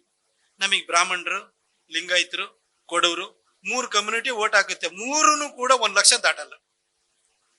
ಈ ಕಡೆ ಸಾಲಿಡ್ 19 ಲಕ್ಷ ವೋಟರ್ಸ್. ಒಕ್ಕಲಿಗರದು 4 ಲಕ್ಷ ಓಟ್ ಇದೆ. ಅವ್ರದ್ದು ಏನು ಅಂತಂದ್ರೆ ಅವ್ರ ಓಟ್ ಬರುತ್ತೆ ಅನ್ನೋದಕ್ಕೆ ಇಲ್ಲಿ ಅವತ್ತು HD ದೇವೇಗೌಡರು ಬಂದಿದ್ದಾರೆ, ನಮ್ಮ ಪಕ್ಷನ ಸೋಲ್ಸೋದ್ರ ಬದಲು ನನಗೆ 1 ತೊಟ್ಟು ವಿಷ ಕೊಡಿ ಅಂದ್ಬಿಟ್ರು. ಕುಮಾರಣ್ಣ ಬಂದಿದ್ರು ಅವಾಗ, ಅವರು ಅಷ್ಟೇನೆ, ನಾವು ಚಾಮುಂಡಿ ಬೆಟ್ಟಕ್ಕೆ ಬಂದು ಹೋಗ್ತೀನಿ, ಮೈಸೂರಿಗೆ ಕಾಲಿಡಲ್ಲ ನಮ್ಮ ಕ್ಯಾಂಡಿಡೇಟ್ ಸೋಲ್ಸಿದ್ರೆ ಅಂತ. ಯಾಕಂದ್ರೆ ಅವಾಗ ಜಡ್ಜು ಚಂದ್ರಶೇಖರ್ ಅವರನ್ನ ನಿಲ್ಸಿದ್ರು. ಇಂಥ ಮಧ್ಯದಲ್ಲಿ ನಾನು ಹೋಗಿ ಸಿಕ್ಕಾಕೊಂಡಿದ್ದೀನಿ. ನಿಜಾಲು ಹೇಳ್ತೀನಿ, ಭಟ್ರಿಗೆ ಇವತ್ತು ನಿಮ್ಮೆಲ್ಲರ ಎದುರುಗಡೆ ಧನ್ಯವಾದ ಹೇಳ್ತೀನಿ. ನೀವಿಲ್ಲ ಅಂದಿದ್ರೆ ನನ್ನ ರಾಜಕೀಯ ಮತ್ತು ನನ್ನ ಪತ್ರಿಕೋದ್ಯಮ ಅವತ್ತೇ ಮುಗಿದೋಗ್ತಿತ್ತು. ಯಾಕಂದ್ರೆ ಬಿಜೆಪಿಗೆ ಹೋದ್ಮೇಲೆ ಜಾತಿ ಗೆಟ್ಟಾಗಿ ಹೋಗಿತ್ತು, ವಾಪಸ್ ಪತ್ರಿಕೋದ್ಯಮಕ್ಕೆ ಬರಕ್ ಆಗ್ತಿರ್ಲಿಲ್ಲ. ಯಾಕಂದ್ರೆ ಒಂದು ಪಕ್ಷದ ಜೊತೆ ಗುರುತಿಸ್ಕೊಂಡಾದ್ಮೇಲೆ ನಮ್ಮ ಏನು ಪತ್ರಿಕೋದ್ಯಮದಲ್ಲಿ ವಸ್ತುನಿಷ್ಠತೆ ಅನ್ನೋದನ್ನ ಯಾವಾಗ್ಲೂ ಸದಾ ನಮ್ಮನ್ನ ಪ್ರಶ್ನಿಸ್ತಾನೆ ಇರೋರು. ಯಾಕೆಂತಂದ್ರೆ ನಾನು ಪತ್ರಕರ್ತನಾಗಿದ್ದಾಗ ಬೇರೆ ಪಕ್ಷಗಳನ್ನ ಟೀಕಿಸೋಕ್ಕಿಂತ ಹೆಚ್ಚು ಬಿಜೆಪಿನ ಟೀಕಿಸಿದ್ದೀನಿ. ಅಟಲ್ ಬಿಹಾರಿ ವಾಜಪೇಯಿ ಅವರು ಗೋಧ್ರಾ ಹಿಂಸಾಚಾರವೇ ಸೋಲಿಗೆ ಕಾರಣ, 2004ರ ಸೋಲಿಗೆ ಕಾರಣ ಅಂತಂದಾಗ ಹರಕೆ ಕುರಿ ಹುಡುಕುತ್ತಿರುವ ವಾಜಪೇಯಿ ಅಂತ ವಾಜಪೇಯಿ ಅವ್ರನ್ನು ಟೀಕೆ ಮಾಡಿ ನಾನು ಬರೆದಿದ್ದೆ. ಅದೇ ರೀತಿ ಸಂತೋಷ್ ಹೆಗಡೆ ಅವ್ರ ವಿಚಾರ ಬಂದಾಗ ನಾನು ಹೇಳಿದಾಗ್ಲೇ ಶ್ರದ್ಧೆಯ ತಾಯಂದಿರೇ ತತ್ವಾದರ್ಶದ ಶ್ರಾದ್ದ ನೋಡಿಕೊಂಡು ಸುಮ್ಮನಿರಬೇಕಂತ RSS ಬಗ್ಗೆ ನಾನು ಟೀಕೆ ಮಾಡಿ ಬರೆದಿದ್ದೆ. 2004ರಲ್ಲಿ ವಾಕ್ತಿ ಠಾಕೂರ್ ಶೇಖರ್ ಗುಪ್ತಾ ಹತ್ರ KS ಸುದರ್ಶನ್ ಅವರು ಸರಸಂಘ ಚಾಲಕರು ಹೋಗ್ಬಿಟ್ಟು ಅಟಲ್ ಬಿಹಾರಿ ವಾಜಪೇಯಿ ಅವರು ಮತ್ತು ಆಡ್ವಾಣಿ ಅವರು ರಿಸೈನ್ ಮಾಡಬೇಕು ಅಂತ ಹೇಳಿದಾಗ ಈ ದೇವೇಗೌಡರು ಪೂಜಾರಿ ತರ ದಿನ ಹೇಳಿಕೆ ಕೊಡ್ತಾ ಇದ್ದಾರೆ ಅಂತೇಳಿ ಸುದರ್ಶನ್ ಅವ್ರ ಬಗ್ಗೆ ಬರೆದು ಬಿಟ್ಟು ಅದಕ್ಕೂ ಕೆಂಗಣಿ ಗುರಿಯಾಗಿದೆ. ಬಟ್ ಎಲ್ಲಾ ಕಡೆ ವಸ್ತುನಿಷ್ಠವಾಗಿ ನಾನು ಬರಿತಾ ಇದ್ದೆ. ಹಾಗಾಗಿ ನನ್ನನ್ನ ಜನ ಒಪ್ಕೊಳ್ಳೋರು, ನನಗೆ ಅಷ್ಟೊಂದು ಗೌರವನ ಕೊಡೋರು, ಪ್ರೋತ್ಸಾಹನ ಕೊಡೋರು. ನಾನು ಬಿಜೆಪಿನ ಜಾಯ್ನ್ ಆದ ನಂತರ ಅಲ್ಲಿಗೆ ಪತ್ರಿಕೋದ್ಯಮದಲ್ಲಿ ನಾನು ಅಷ್ಟು ವರ್ಷ ಏನು ನಾನು ಬೆಳೆಸ್ಕೊಂಡು ಬಂದಿದ್ದೆ, ನಾವು ವಾಪಸ್ ಹೋಗ್ಲಿಕ್ಕೆ ಸಾಧ್ಯವಾಗ್ತಿರ್ಲಿಲ್ಲ. ಅಲ್ಲೇನಾದ್ರೂ ಎಲೆಕ್ಷನ್ ಅಲ್ಲಿ ನಾನು ಕತೆ ಮುಗಿದಿದ್ರೆ ನನ್ನ ಪತ್ರಿಕೋದ್ಯಮ, ನನ್ನ ರಾಜಕೀಯ ಎರಡೂ ಮುಗಿದು ಇಷ್ಟೊತ್ತಿಗೆ ಏನೋ ಇವತ್ತರ ಬಿಕಾರಿ ತರ ಓಡಾಡ್ಬೇಕಾಗ್ತಿತ್ತೋ ಗೊತ್ತಿಲ್ಲ. ಆದ್ರೆ ಇವತ್ತು ನಾನು ಹೇಳ್ತೇನೆ, ಭಟ್ರು ಪತ್ರಿಕೋದ್ಯಮದಲ್ಲೂ ಕೈ ಹಿಡಿದು ಬೆಳೆಸಿದ್ರು, ರಾಜಕಾರಣದಲ್ಲೂ ನನ್ನನ್ನು ಕೈ ಹಿಡಿದು ಬೆಳೆಸಿದ್ರು. 2019ರಲ್ಲಿ ನಾನೇ ಸ್ಟ್ರಾಟಜೈಸ್ ಮಾಡಿದೆ, ಎಲ್ಲರನ್ನೂ ಸೇರಿಸ್ಕೊಂಡೆ. ಭಟ್ರ ಆಶೀರ್ವಾದ. ನಾನು ವೈಯಕ್ತಿಕವಾಗ ಫಸ್ಟ್ ಎಲೆಕ್ಷನ್ 31,000 ಮಾರ್ಜಿನಲ್ ಗೆದ್ದಿದ್ದೆ. 1989ರ ನಂತರ ಯಾರನ್ನೂ ಕೂಡ ಸೆಕೆಂಡ್ ಟೈಮ್ ಗೆಲ್ಸಿರ್ಲಿಲ್ಲ, ಇನ್ಕ್ಲೂಡಿಂಗ್ ಮೈಸೂರು ಮಹಾರಾಜರನ್ನು ಗೆಲ್ಸಿರ್ಲಿಲ್ಲ. ನಾನೊಬ್ನೇ 2019ರಲ್ಲಿ 2ನೇ ಸರಿ ಗೆದ್ದು ಬಂದೆ. 1,39,000 ಮಾರ್ಜಿನಲ್ ಗೆದ್ದು ಬಂದೆ. ಈ ಸರಿ ನಾನು ನಿಜ ಹೇಳ್ತೇನೆ, ಒಂದು ಹಳೇದೊಂದು ಕಾಂಗ್ರೆಸ್ಸಿನ ಕಾಲದ ಒಂದು ರೆಕಾರ್ಡ್ ಇತ್ತು, 2,52,000 ಮಾರ್ಜಿನ್. ಅದನ್ನ ಈ ಸರಿ ಬ್ರೇಕ್ ಮಾಡಿ 3 ಲಕ್ಷ ಮಾರ್ಜಿನಲ್ಲಿ ಗೆಲ್ತೀನಿ ಅಂತ ನನ್ಗೆ ವಿಶ್ವಾಸ ಇತ್ತು. ಯಾಕಂದ್ರೆ ನನ್ನ ಬೆನ್ನಿಗೆ ಜನ ಇದ್ರು. ಆದ್ರೆ ರಾಜಕಾರಣದಲ್ಲಿ ಹಂಗಂತಲ್ಲ, ನೀವು ಟ್ಯಾಲೆಂಟ್ ಇಂದ ಒಂದರಿಂದಲೇ ಮೇಲೆ ಬರ್ತೀರಿ ಅಂತ ಏನಲ್ಲ. ಇವತ್ತು ಗೋಧ್ರಾ ಘಟನೆಯ ನಂತರ ಆಡ್ವಾಣಿ ಅವರು ಅವತ್ತು ಮೋದಿ ಅವ್ರನ್ನ ಕೈ ಹಿಡಿದು ಪ್ರೊಟೆಕ್ಟ್ ಮಾಡ್ಲಿಲ್ಲ ಅಂದಿದ್ರೆ ಅವತ್ತು ಅವ್ರದ್ದು ರಾಜಕಾರಣ ಮುಗ್ದಿರ್ತಾ ಇತ್ತು. ಯಾರಾದ್ರೂ ನಮ್ಮನ್ನ ಕೈ ಹಿಡಿದು ಮೇಲೆತ್ತುವಂತವ್ರು ಬೇಕಾಗ್ತದೆ. ಒಂದ್ಸರಿ ಗ್ರಾಚಾರ ಕೆಟ್ಟಿದ್ದಾಗ ಏನ್ ಮಾಡಕ್ಕಾಗುತ್ತೆ. ಹಾಗೆ ಒಂದೊಂದ್ಸರಿ ಎಲ್ಲಾರು ಕೂಡ ಕೈ ಜೋಡಿಸ್ಬಿಟ್ಟು ಕೆಲವರೊಂದ್ಸರಿ ಮುಗಿಸ್ಬಿಡ್ತಾರಲ್ಲ, ಆ ತರದಲ್ಲಿ ಅಂತ ಒಂದು ಸಮಸ್ಯೆಗಳು ಕೂಡ ಎದುರಾಯ್ತು. ಆಗ ಟಿಕೆಟ್ ಅನ್ನ ಕಳ್ಕೊಂಡೆ. ಆದ್ರೆ ನಿಶ್ಚಿತವಾಗಿ ಹೇಳ್ತೀನಿ, ಇವತ್ತು ಇನ್ನೊಂದ್ಸರಿ ಈ ವೇದಿಕೆಯಿಂದ ಹೇಳ್ತೀನಿ, ನಾನು ಟಿವಿ ಎದುರುಗಡೆ ಹೇಳಿದೆ, 13ನೇ ತಾರೀಕು ನಾನು ಟಿಕೆಟ್ ಕಟ್ ಮಾಡಿದ್ದು, 7ನೇ ತಾರೀಕು ಟಿಕೆಟ್ ಹೋಲ್ಡ್ ಮಾಡಿದ್ರೆ ಅಂತ ಗೊತ್ತಿತ್ತು. 12ನೇ ತಾರೀಕು DK ಶಿವಕುಮಾರ್ ಅವರು ಕುಣಿಗಲ್ MLA ರಂಗನಾಥ್ ಅವ್ರ ಮೊಬೈಲ್ ಇಂದ ಕಾಲ್ ಮಾಡಿ 12 ನಿಮಿಷ ಮಾತಾಡಿದ್ರು ನನ್ನ ಹತ್ರ. ಮಾತಾಡ್ಬಿಟ್ಟು ಬಂದ್ಬಿಡು ಕಾಂಗ್ರೆಸ್ಸಿಗೆ, ನಿಂಗೆ ಟಿಕೆಟ್ ಕೊಡ್ತೀವಿ ಅಂತ. ಅಣ್ಣ ನನಗೂ ನಿಮಗೂ ಸಿದ್ಧಾಂತ ಆಗಿ ಬರಲ್ಲ, ನಮ್ಮ ಅಪ್ಪನೇ RSS, ಆಗಲ್ಲ ಅಂತಂದೆ. ನಿಮ್ 5 ವರ್ಷ ಬಿಟ್ಟಾದ್ಮೇಲೆ ವಾಪಸ್ ಬೇಕಾದ್ರೆ ಹೋಗುವಂತೆ, ಆದ್ರೆ ಇವತ್ ಸರ್ವೈವಲ್ ಇಂಪಾರ್ಟೆಂಟ್ ಬಾ ಅಂತಂದ್ರು.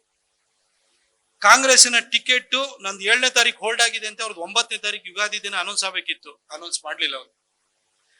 21ನೇ ತಾರೀಕುವರೆಗೂ, ಮಾರ್ಚ್ 21ವರೆಗೂ ಹೋಲ್ಡ್ ಮಾಡಿರು. 4 ಜನ ಕಾಂಗ್ರೆಸ್ MLAಗಳು ಬಂದು ನನ್ನ ಬೆನ್ನತ್ತಿದ್ರು. ಆದ್ರೆ ನಾನು ಯಾರನ್ನೂ ಕೇಳಲಿಲ್ಲ. ನಾನು ಅವತ್ತು ಅವರೆಲ್ಲರಿಗೂ ಹೇಳಿದೆ, ನಾನು ದೊಡ್ಡವ್ರ ಹತ್ರ ಹಿಂಗ್ ಮಾತಾಡಕ್ ಸರಿ ಆಗಲ್ಲ, ಅವ್ರ ಮುಖಕ್ಕೆ ಹೊಡೆದಾಗೆ ನಾನು ಬರಲ್ಲ ಅಂತ ಹೇಳಕ್ಕಾಗಲ್ಲ. ಆದ್ರೆ ನಾನು ಈ ಕಾರಣಕ್ಕೆ, ನನ್ನ ಬರವಣಿಗೆ ದಿನದಿಂದಲೂ ನನ್ನ ಮೇಲೆ ವಿಶ್ವಾಸ ಇಟ್ಟಿರುವಂತ ಲಕ್ಷಾಂತರ ಜನ ಯುವಕರಿದ್ದಾರೆ. ಜನ ನನ್ನ ಮೇಲೆ, ನನ್ನನ್ನು ಬೇರೆ ರೀತಿ ಯೋಚನೆಯನ್ನು ಮಾಡಿದ್ದಾರೆ. ಆದ್ರೆ ನಾನು ಇವತ್ತು ಕೂಡ ಅಧಿಕಾರಕ್ಕೋಸ್ಕರ ಎಲ್ಲರೂ ಪಕ್ಷ ಕಟ್ಟಿದ್ರು, ಬೇರೆ ಬೇರೆ ಪಕ್ಷಕ್ಕೆ ಹಾರೋದ್ರು, ಆತರ ನಾನು ಆಗಕ್ಕಾಗಲ್ಲ ಅಂತ ಹೇಳಿ 21ನೇ ತಾರೀಕು ಸಂಜೆ 6 ಗಂಟೆಗೂ ಕಾಲ್ ಬಂದು, ನಾಳೆ ಬೆಳಗ್ಗೆ ನಿನ್ ಮನೆಗೆ ಗೌರವಯುತವಾಗಿ ನಾನೇ ಬಂದು ಗೌರವಯುತವಾಗಿ ಕರ್ಕೊಂಡೋಗಿ ನಿಂಗೆ ಟಿಕೆಟ್ ಕೊಡ್ತೀವಿ ಅಂತ ಹೇಳಿದ್ರು. ಬಟ್ ನಿಮ್ಗೆ ಒಂದ್ ಮಾತು ಹೇಳ್ತೀನಿ, ನಾನು ಕಾಂಗ್ರೆಸ್ಸಿಗೆ ಹೋಗಿದ್ರು ಕೂಡ ಗೆಲ್ತಾ ಇದ್ದಿದ್ದು ನಾನೇನೆ. ಯಾಕಂದ್ರೆ ನಾನು ಆ ಜನನ ಕಟ್ಟಿದ್ದೀನಿ, ಆ ಜನಕ್ಕೆ ನಾನು ಸಹಾಯ ಮಾಡಿದ್ದೀನಿ, ಆ ಜನರ ಸೇವೆನ ಮಾಡಿದ್ದೀನಿ. ಆ ಬಲದಿಂದಲೇ ಇವತ್ತು ಹೇಳ್ತೀನಿ, 2028ಕ್ಕೆ 100% ವಿಧಾನಸೌಧವನ್ನ ನಾವು ಪ್ರವೇಶನ ಮಾಡ್ತೀನಿ. ಇಷ್ಟೆಲ್ಲ ಯಾಕೆ ಹೇಳಿದೆ ಅಂತಂದ್ರೆ, ಭಟ್ರು, ನಾನಿದು ನನ್ನ ಕತೆ ಅಂತ ಭಾವಿಸ್ಬೇಡಿ. ಇದು ನನ್ನಂತ ಒಬ್ಬ ಊರಿನಲ್ಲಿ ಹೋಟ್ಲಿಗೆ ಹಾಲಾಕೊಂಡು, ಆ ನಂತರ ಮ್ಯಾಂಗ್ಳೂರ್ ಯೂನಿವರ್ಸಿಟಿ SDM ಕಾಲೇಜು ಉಜಿರೆನಲ್ಲಿ ಡಿಗ್ರಿ ಮಾಡಿ, ಮ್ಯಾಂಗ್ಳೂರ್ ಯೂನಿವರ್ಸಿಟಿನಲ್ಲಿ ಮಾಸ್ಟರ್ಸ್ ಮಾಡಿ, ಎಲ್ಲರ ತರನೇ ಹೊಟ್ಟೆಪಾಡಿಗೋಸ್ಕರ ಒಂದು ಕೆಲಸ ಹುಡ್ಕೊಂಡು ಬೆಂಗಳೂರಿಗೆ ಬಂದವನು.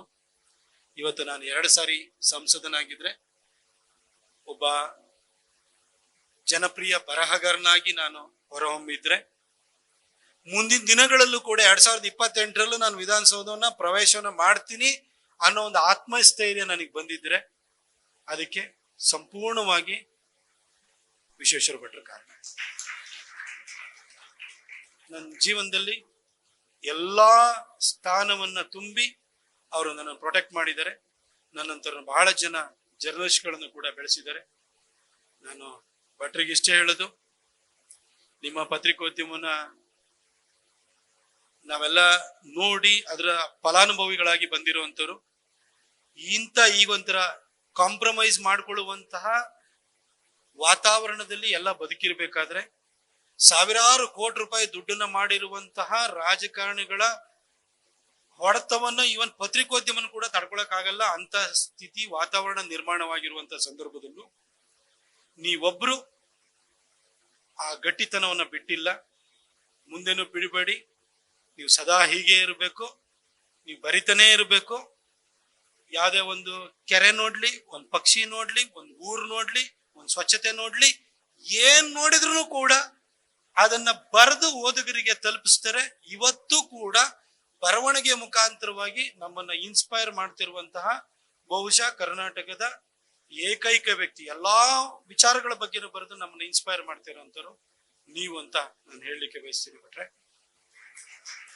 ಆಮೇಲೆ ಒಂದು, ಇವರಿಬ್ರು ಈ ಸೋಷಿಯಲ್ ಮೀಡಿಯಾ ಯುಗದಲ್ಲಿ ಇವರಿಬ್ರು ಬದುಕಿದ್ರೆ ಅಂತ ಒಂದು ಕೇಳಿದಿರಿ. ಬದುಕಿದ್ರೆ ಸೋಷಿಯಲ್ ಮೀಡಿಯಾದಲ್ಲಿ ಚೆಂಡಾಡ್ತಿದ್ರು ಅನ್ನೋದು ಒಂದು ಭಾಗ ಆದ್ರೆ, ಅವ್ನು ಬದುಕಿದ್ರೆ ಆ ಸುನೀತಾ ಮಲ್ಲಿಕಾರ್ಜುನ್ ಅಂತ ಹೇಳ್ಬಿಟ್ಟು ಚಿತ್ರದುರ್ಗದಲ್ಲಿ ಒಂದು ಲೇಡಿ, ವೆರಿ ಪ್ರಟಿ ಲೇಡಿ, ನಗರಸಭೆ ಅಧ್ಯಕ್ಷೆ ಆಗಿದ್ಲು. ಆಕೆ ವೆರಿ ಹಾರ್ಡ್ ವರ್ಕಿಂಗ್, ತುಂಬಾ ಚೆನ್ನಾಗಿ ಕೆಲಸ ಮಾಡೋಳು. ಆಕೆ ವೆರಿ ಪಾಪ್ಯುಲರ್ ಇದ್ಲು. ಆಕೆಗೆ ಇದರಲ್ಲಿ 2013ರಲ್ಲಿ KJP ಇಂದ ಆಕೆಗೆ ಟಿಕೆಟ್ ಕೊಡ್ತಾರೆ. ಆಕೆ JDS ಇಂದ ಗೆದ್ದಿದ್ದು. JDS ಅಲ್ಲಿ ಚಿತ್ರದುರ್ಗದಲ್ಲಿ JDS ಮುಖಾಂತರ ಗೆದ್ದು ಬಿಟ್ಟು ಆಕೆ ನಗರಸಭೆ ಅಧ್ಯಕ್ಷೆ ಆಗಿದ್ಲು. ಆ ತರ ವರ್ಕ್ ಹಾಲಿಗೂ ಬಹಳ ಎಫಿಷಿಯಂಟ್ ಲೇಡಿ ಆಕೆ. ಆ ಲೇಡಿ ಬಗ್ಗೆ 2013ರಲ್ಲಿ ಟಿಕೆಟ್ ಬಂದಂತ ಸಂದರ್ಭದಲ್ಲಿ ಈ ಲೇಡಿ ಗೆದ್ದು ಬಿಡ್ತಾಳೆ ಅನ್ನೋ ಸ್ಥಿತಿ ವಾತಾವರಣ ನಿರ್ಮಾಣ ಆಗಿತ್ತು. ಈಗ ಒಂದು ಆ ಮಠದಲ್ಲಿ ನಡೆದಂತ ಒಂದು ಇನ್ಸಿಡೆಂಟ್ ಅಲ್ಲಿ ಇನ್ನೊಬ್ಬ ಮುಖ್ಯ ಪಿತೂರಿದಾರ ಇದನ್ನೆಲ್ಲ ಅವನು ಮಾತು ಕೇಳ್ಕೊಂಡು ಈ ಮಹಿಳೆ ಸುನೀತಾ ಮಲ್ಲಿಕಾರ್ಜುನನ್ ಬಗ್ಗೆ, ಆಕೆ ಚಾರಿತ್ರ್ಯದ ಬಗ್ಗೆ ತುಂಬಾ ಅಸಹ್ಯವಾಗಿ ಬರೆದು ಆಕೆ ನೊಂದು ಬಿಟ್ಟು B.Pharm ಅನ್ನು ವಾಪಸ್ ಕೊಟ್ಟು ಹೋಗುವಂತದ್ದು, ಊರಲ್ಲಿ ತಲೆ ಎತ್ತಿ ತಿರುಗದಂಗೆ ಮಾಡದಂತವನು ನೀಚ ಯಾರು ಅಂತಂದ್ರೆ ಅವನೇ ರವಿ ಬೆಳಗೆರೆ. ಅವತ್ತು ಆ ಲೇಡಿ ಕೇಸ್ ಹಾಕಿದ್ಲು ಹೋಗಿ. ನೀವು ಕಾಸ್ಪಾತವೆಲ್ಲ ಓದ್ಕೊಳ್ಳಿ, ಪರವಾಗಿಲ್ಲ. ನಾನು ಹೇಳ್ತಿರೋದು ರಾಜಕೀಯ, ಬೇರೆಯವ್ರದ್ದು ವೈಯಕ್ತಿಕ ಚಾರಿತ್ರ್ಯ ಹಣದ ಬಗ್ಗೆ ಮಾತ್ರ ಹೇಳ್ತಾ ಇರೋದು. ಯಾಕಂದ್ರೆ ನನಗೆ ನನ್ನ ತಾಯಿಗೆ ಏನೇನ್ ಬರ್ದಿದ್ದೇನೆ ಅಂತ ನಿಮ್ಗೆ ಹೇಳ, ಈಗ ನನ್ನ ತಂದೆಗೆ ಏನೇನ್ ಬರ್ದಿದ್ದೇನೆ ಅಂತ ಹೇಳ ನಿಮಗೆ, ಆ ಶಬ್ದನೂ ಹೇಳಕ್ ಸಾಧ್ಯ ಇಲ್ಲ. ನನ್ನ ತಾಯಿ ಏನ್ ಮಾಡಿದ್ರೆ, ನನ್ನ ತಂದೆ ಏನ್ ಮಾಡಿದ, ಆ ತರ ಅವಹೇಳನಕಾರಿಯಾಗಿ ಇವನು ಬರೆಯೋಣ ನನಗೆ. ನಂದು ಬಿಡಿ, ಆ ಸುನೀತಾ ಮಲ್ಲಿಕಾರ್ಜುನ್ ಒಂದು ಕೇಸ್ ಹಾಕಿದ್ರು. ಕೇಸ್ ಹಾಕಿ ಆ ಡಿಫಮೇಷನ್ ಕೇಸು ಅದು ಕನ್ವಿಕ್ಷನ್ ಆಗಿ ಈಗ ಅದು ಪನಿಷ್ಮೆಂಟ್ ಇದಾಗಿ ಪ್ರೊನೌನ್ಸ್ ಆಗಬೇಕು. ಇವನ್ ಸತ್ತೋಗ್ಬಿಟ್ಟಿದ್ದಾನೆ ಆಲ್ರೆಡಿ. ಹಾಗಾಗಿ ಕೋರ್ಟ್ ಆರ್ಡರ್ ಮಾಡಿ ಚೇತನ ಬೆಳಗೆರೆ ಇದ್ದಾಳಲ್ಲ, 10 ಲಕ್ಷ ರೂಪಾಯಿ ಕಾಂಪೆನ್ಸೇಷನ್ ನ ಪೇ ಮಾಡಿದ್ದಾಳೆ. ನಿಮ್ಗೆ ಬೇಕಾ? ನೀವು ಪೇಪರ್ ಅಲ್ಲಿ ಹಾಕ್ತೀರಾ? ಅವನು ಕೋರ್ಟ್ ಆರ್ಡರ್ ಕಾಂಪೆನ್ಸೇಷನ್ ನ ಪೇ ಮಾಡಿರೋ ಡೀಟೇಲ್ಸ್ ಅಷ್ಟು UTR ನಂಬರ್ ಅನ್ನು ಕಳಿಸ್ಕೊಡ್ತೀನಿ ನಿಮಗೆ. 10 ಲಕ್ಷ ರೂಪಾಯಿ ಮಾಡಿ. ಒಂದು ವೇಳೆ ಅವ್ನು ಬದುಕಿದ್ರೆ ಅವ್ನು ಜೈಲಲ್ಲಿ ಇರ್ತಾ ಇದ್ದ. ನಾನು ಅವನ ಮೇಲೆ ಕೇಸ್ ಹಾಕಿದ್ದೀನಲ್ಲ, ಆ ಕೇಸಲ್ಲೇ ನಾನು ಅವನು ಜೈಲಿಗೆ ಕಳಿಸ್ತಿದ್ದೆ. ಯಾಕಂದ್ರೆ ನನ್ನ ತಾಯಿನ ಏನೇನ್ ಬೈದಿದ್ದಾನೆ ಅಂತ ಹೇಳ್ಬಿಟ್ಟು ಒಂದು ವೇಶ್ಯನ ಅರ್ಥದಲ್ಲಿ ಅವನು ಬರ್ದಿದ್ದಾನೆ. ಅದಕ್ಕೆ ನಾನು ಬಿಡ್ತಿರ್ಲಿಲ್ಲ ಅವನ ಎಂತ ಪುಕ್ಲ ಅನ್ನೋದನ್ನು ಒಂದು ಹೇಳ್ತೀನಿ ನಿಮಗೆ. ಕೋರ್ಟ್ ಇಂದ ಹೋಗಿ ಇಂಜೆಕ್ಷನ್ ಆರ್ಡರ್ ತಗೊಂಡ್ಬಂದೆ. ಕದ್ರನಹಳ್ಳಿ ಕ್ರಾಸಿಗೆ ಹೋಗ್ಬಿಟ್ಟು ಕೋರ್ಟ್ ಅಮೀನ್ ಮುಖಾಂತರ ಅದನ್ನ ಸರ್ವ್ ಮಾಡಿಸ್ಬೇಕಲ್ಲ, ಅವ್ನು ತಗೊಳ್ತಾನೆ ಇರ್ಲಿಲ್ಲ. ಕೋರ್ಟ್ ಅಮೀನ್ ಮುಖಾಂತರ ಹೋಗಿ ತಗೊಂಡೋದೆ. ಒಳಗಡೆ ಶಟರ್ ಹಾಕ್ಬಿಟ್ಟು ಒಳಗಡೆ ಬರಿತಾ ಕೂತಿದ್ದಾನೆ ಇನ್ನೊಂದು ಎಡಿಷನ್. ಅವನ್ ಶಟ್ರಿಗೆ ಒದ್ದು ಅವನ ಸೆಕ್ಯೂರಿಟಿಗೆ ಜೋರ್ ಮಾಡ್ಬಿಟ್ಟು ನಾನು ಅವನಿಗೆ ಏನೇನ್ ಶಬ್ದ ಬೈದಿದ್ರು ಅಂತೆಲ್ಲ ಹೇಳಕ್ಕಾಗಲ್ಲ, ಇವಾಗ ಬಾರ ತಾಕತ್ತಿದ್ರು ಹೊರಗಡೆ ಅಂತ ಕೇಳಿದ್ದೆ. ಅಂತ ಪುಕ್ಲ ಅವನು. ಇಂಥವ್ರೆಲ್ಲ ಪತ್ರಿಕೋದ್ಯಮದಲ್ಲಿ ಇದ್ರು. ಬಟ್ರೆ ನೀವು ಅವ್ರನ್ನೆಲ್ಲರನ್ನು ಕೂಡ ಒಂದು ಉದಾಹರಣೆಯಾಗಿ ಕೂಡ ನಾವು ಸ್ವೀಕರಿಸಬಾರದು. ಇನ್ ಕೆಲವ್ರ ಬಗ್ಗೆ ಎಲ್ಲ, ಇನ್ನೊಬ್ರ ಬಗ್ಗೆ ನಾನು ಹೇಳಕ್ ಹೋಗಲ್ಲ, ಅದು ದೀರ್ಘವಾಗಿ ಆಗುತ್ತೆ. ಆದ್ರೆ ನಿಮ್ಮ ಬಗ್ಗೆ ನಾನು ಇಷ್ಟೆಲ್ಲ ಯಾಕೆ ಮಾತಾಡಿದೆ ಅಂತ ಹೇಳಿದ್ರೆ, ನೀವು ಯಾವತ್ತೂ ಕೂಡ ಯಾರ ಬಗ್ಗೆ ನಂಜನ್ನು ಇಟ್ಕೊಂಡವ್ರಲ್ಲ. ನೀವು ಪತ್ರಿಕೋದ್ಯಮದಲ್ಲಿ ನನ್ಗಿಂತ 4 ಅಕ್ಷರ ಯಾವನಾರು ಚೆನ್ನಾಗಿ ಬರದ ಅಂತ ಹೇಳಿದ್ರೆ ಇನ್ನೊಬ್ನಿಗೆ ಹೊಟ್ಟೆ ಉರಿತಾ ಇರ್ತದೆ. ಒಬ್ಬ ರಿಪೋರ್ಟರ್ದು ಒಂದು ಒಳ್ಳೆ ಸ್ಟೋರಿ ಬಂತು ಅಂದ್ರೆ ಇನ್ನೊಂದು ರಿಪೋರ್ಟರ್ ಇವನೇನೋ ಒಳ್ಳೆ ಸ್ಟೋರಿ ಬರ್ದ್ಬಿಟ್ಟಿದ್ದಾನೆ ಅಂತ ಅವನ ಬಗ್ಗೆ ಹೊಟ್ಟೆ ಕಿಚ್ಚು ಪಡ್ಕೋತಾ ಇರ್ತಾರೆ. ಇಂತಹ ಸಂದರ್ಭದಲ್ಲಿ ಒಂದು ಪತ್ರಿಕೆಯ ಸಂಪಾದಕರಾಗಿ 10 ಜನ ಸ್ಟಾರ್ ಜರ್ನಲಿಸ್ಟ್ ಗಳನ್ನ ಹುಟ್ಟು ಹಾಕಿದಂತವ್ರು, ಅವರ ಏಳಿಗೆಯಲ್ಲಿ, ಅವರ ಶ್ರೇಯಸ್ಸಲ್ಲಿ ಖುಷಿಯನ್ನ ಕಂಡುಕೊಂಡಂತಹ ವ್ಯಕ್ತಿ, ಅಂತಹ ಒಂದು ಹೃದಯ ವೈಶಾಲ್ಯತೆ ಇರುವಂತಹ ವ್ಯಕ್ತಿ ಯಾರು ಇದ್ರೆ ಅದು one and only Vishweshwara Bhat. Thank you sir. ನಿಖರ ಸುದ್ದಿ, ಸದಭಿರುಚಿಯ ಕಾರ್ಯಕ್ರಮ. ನೀವು ನೋಡ್ತಾ ಇದ್ದೀರಾ ಕಹಳೆ ನ್ಯೂಸ್, ಸಮಾಜದ ಜಾಗೃತಿಗಾಗಿ ವಸ್ತುನಿಷ್ಠ ವರದಿ.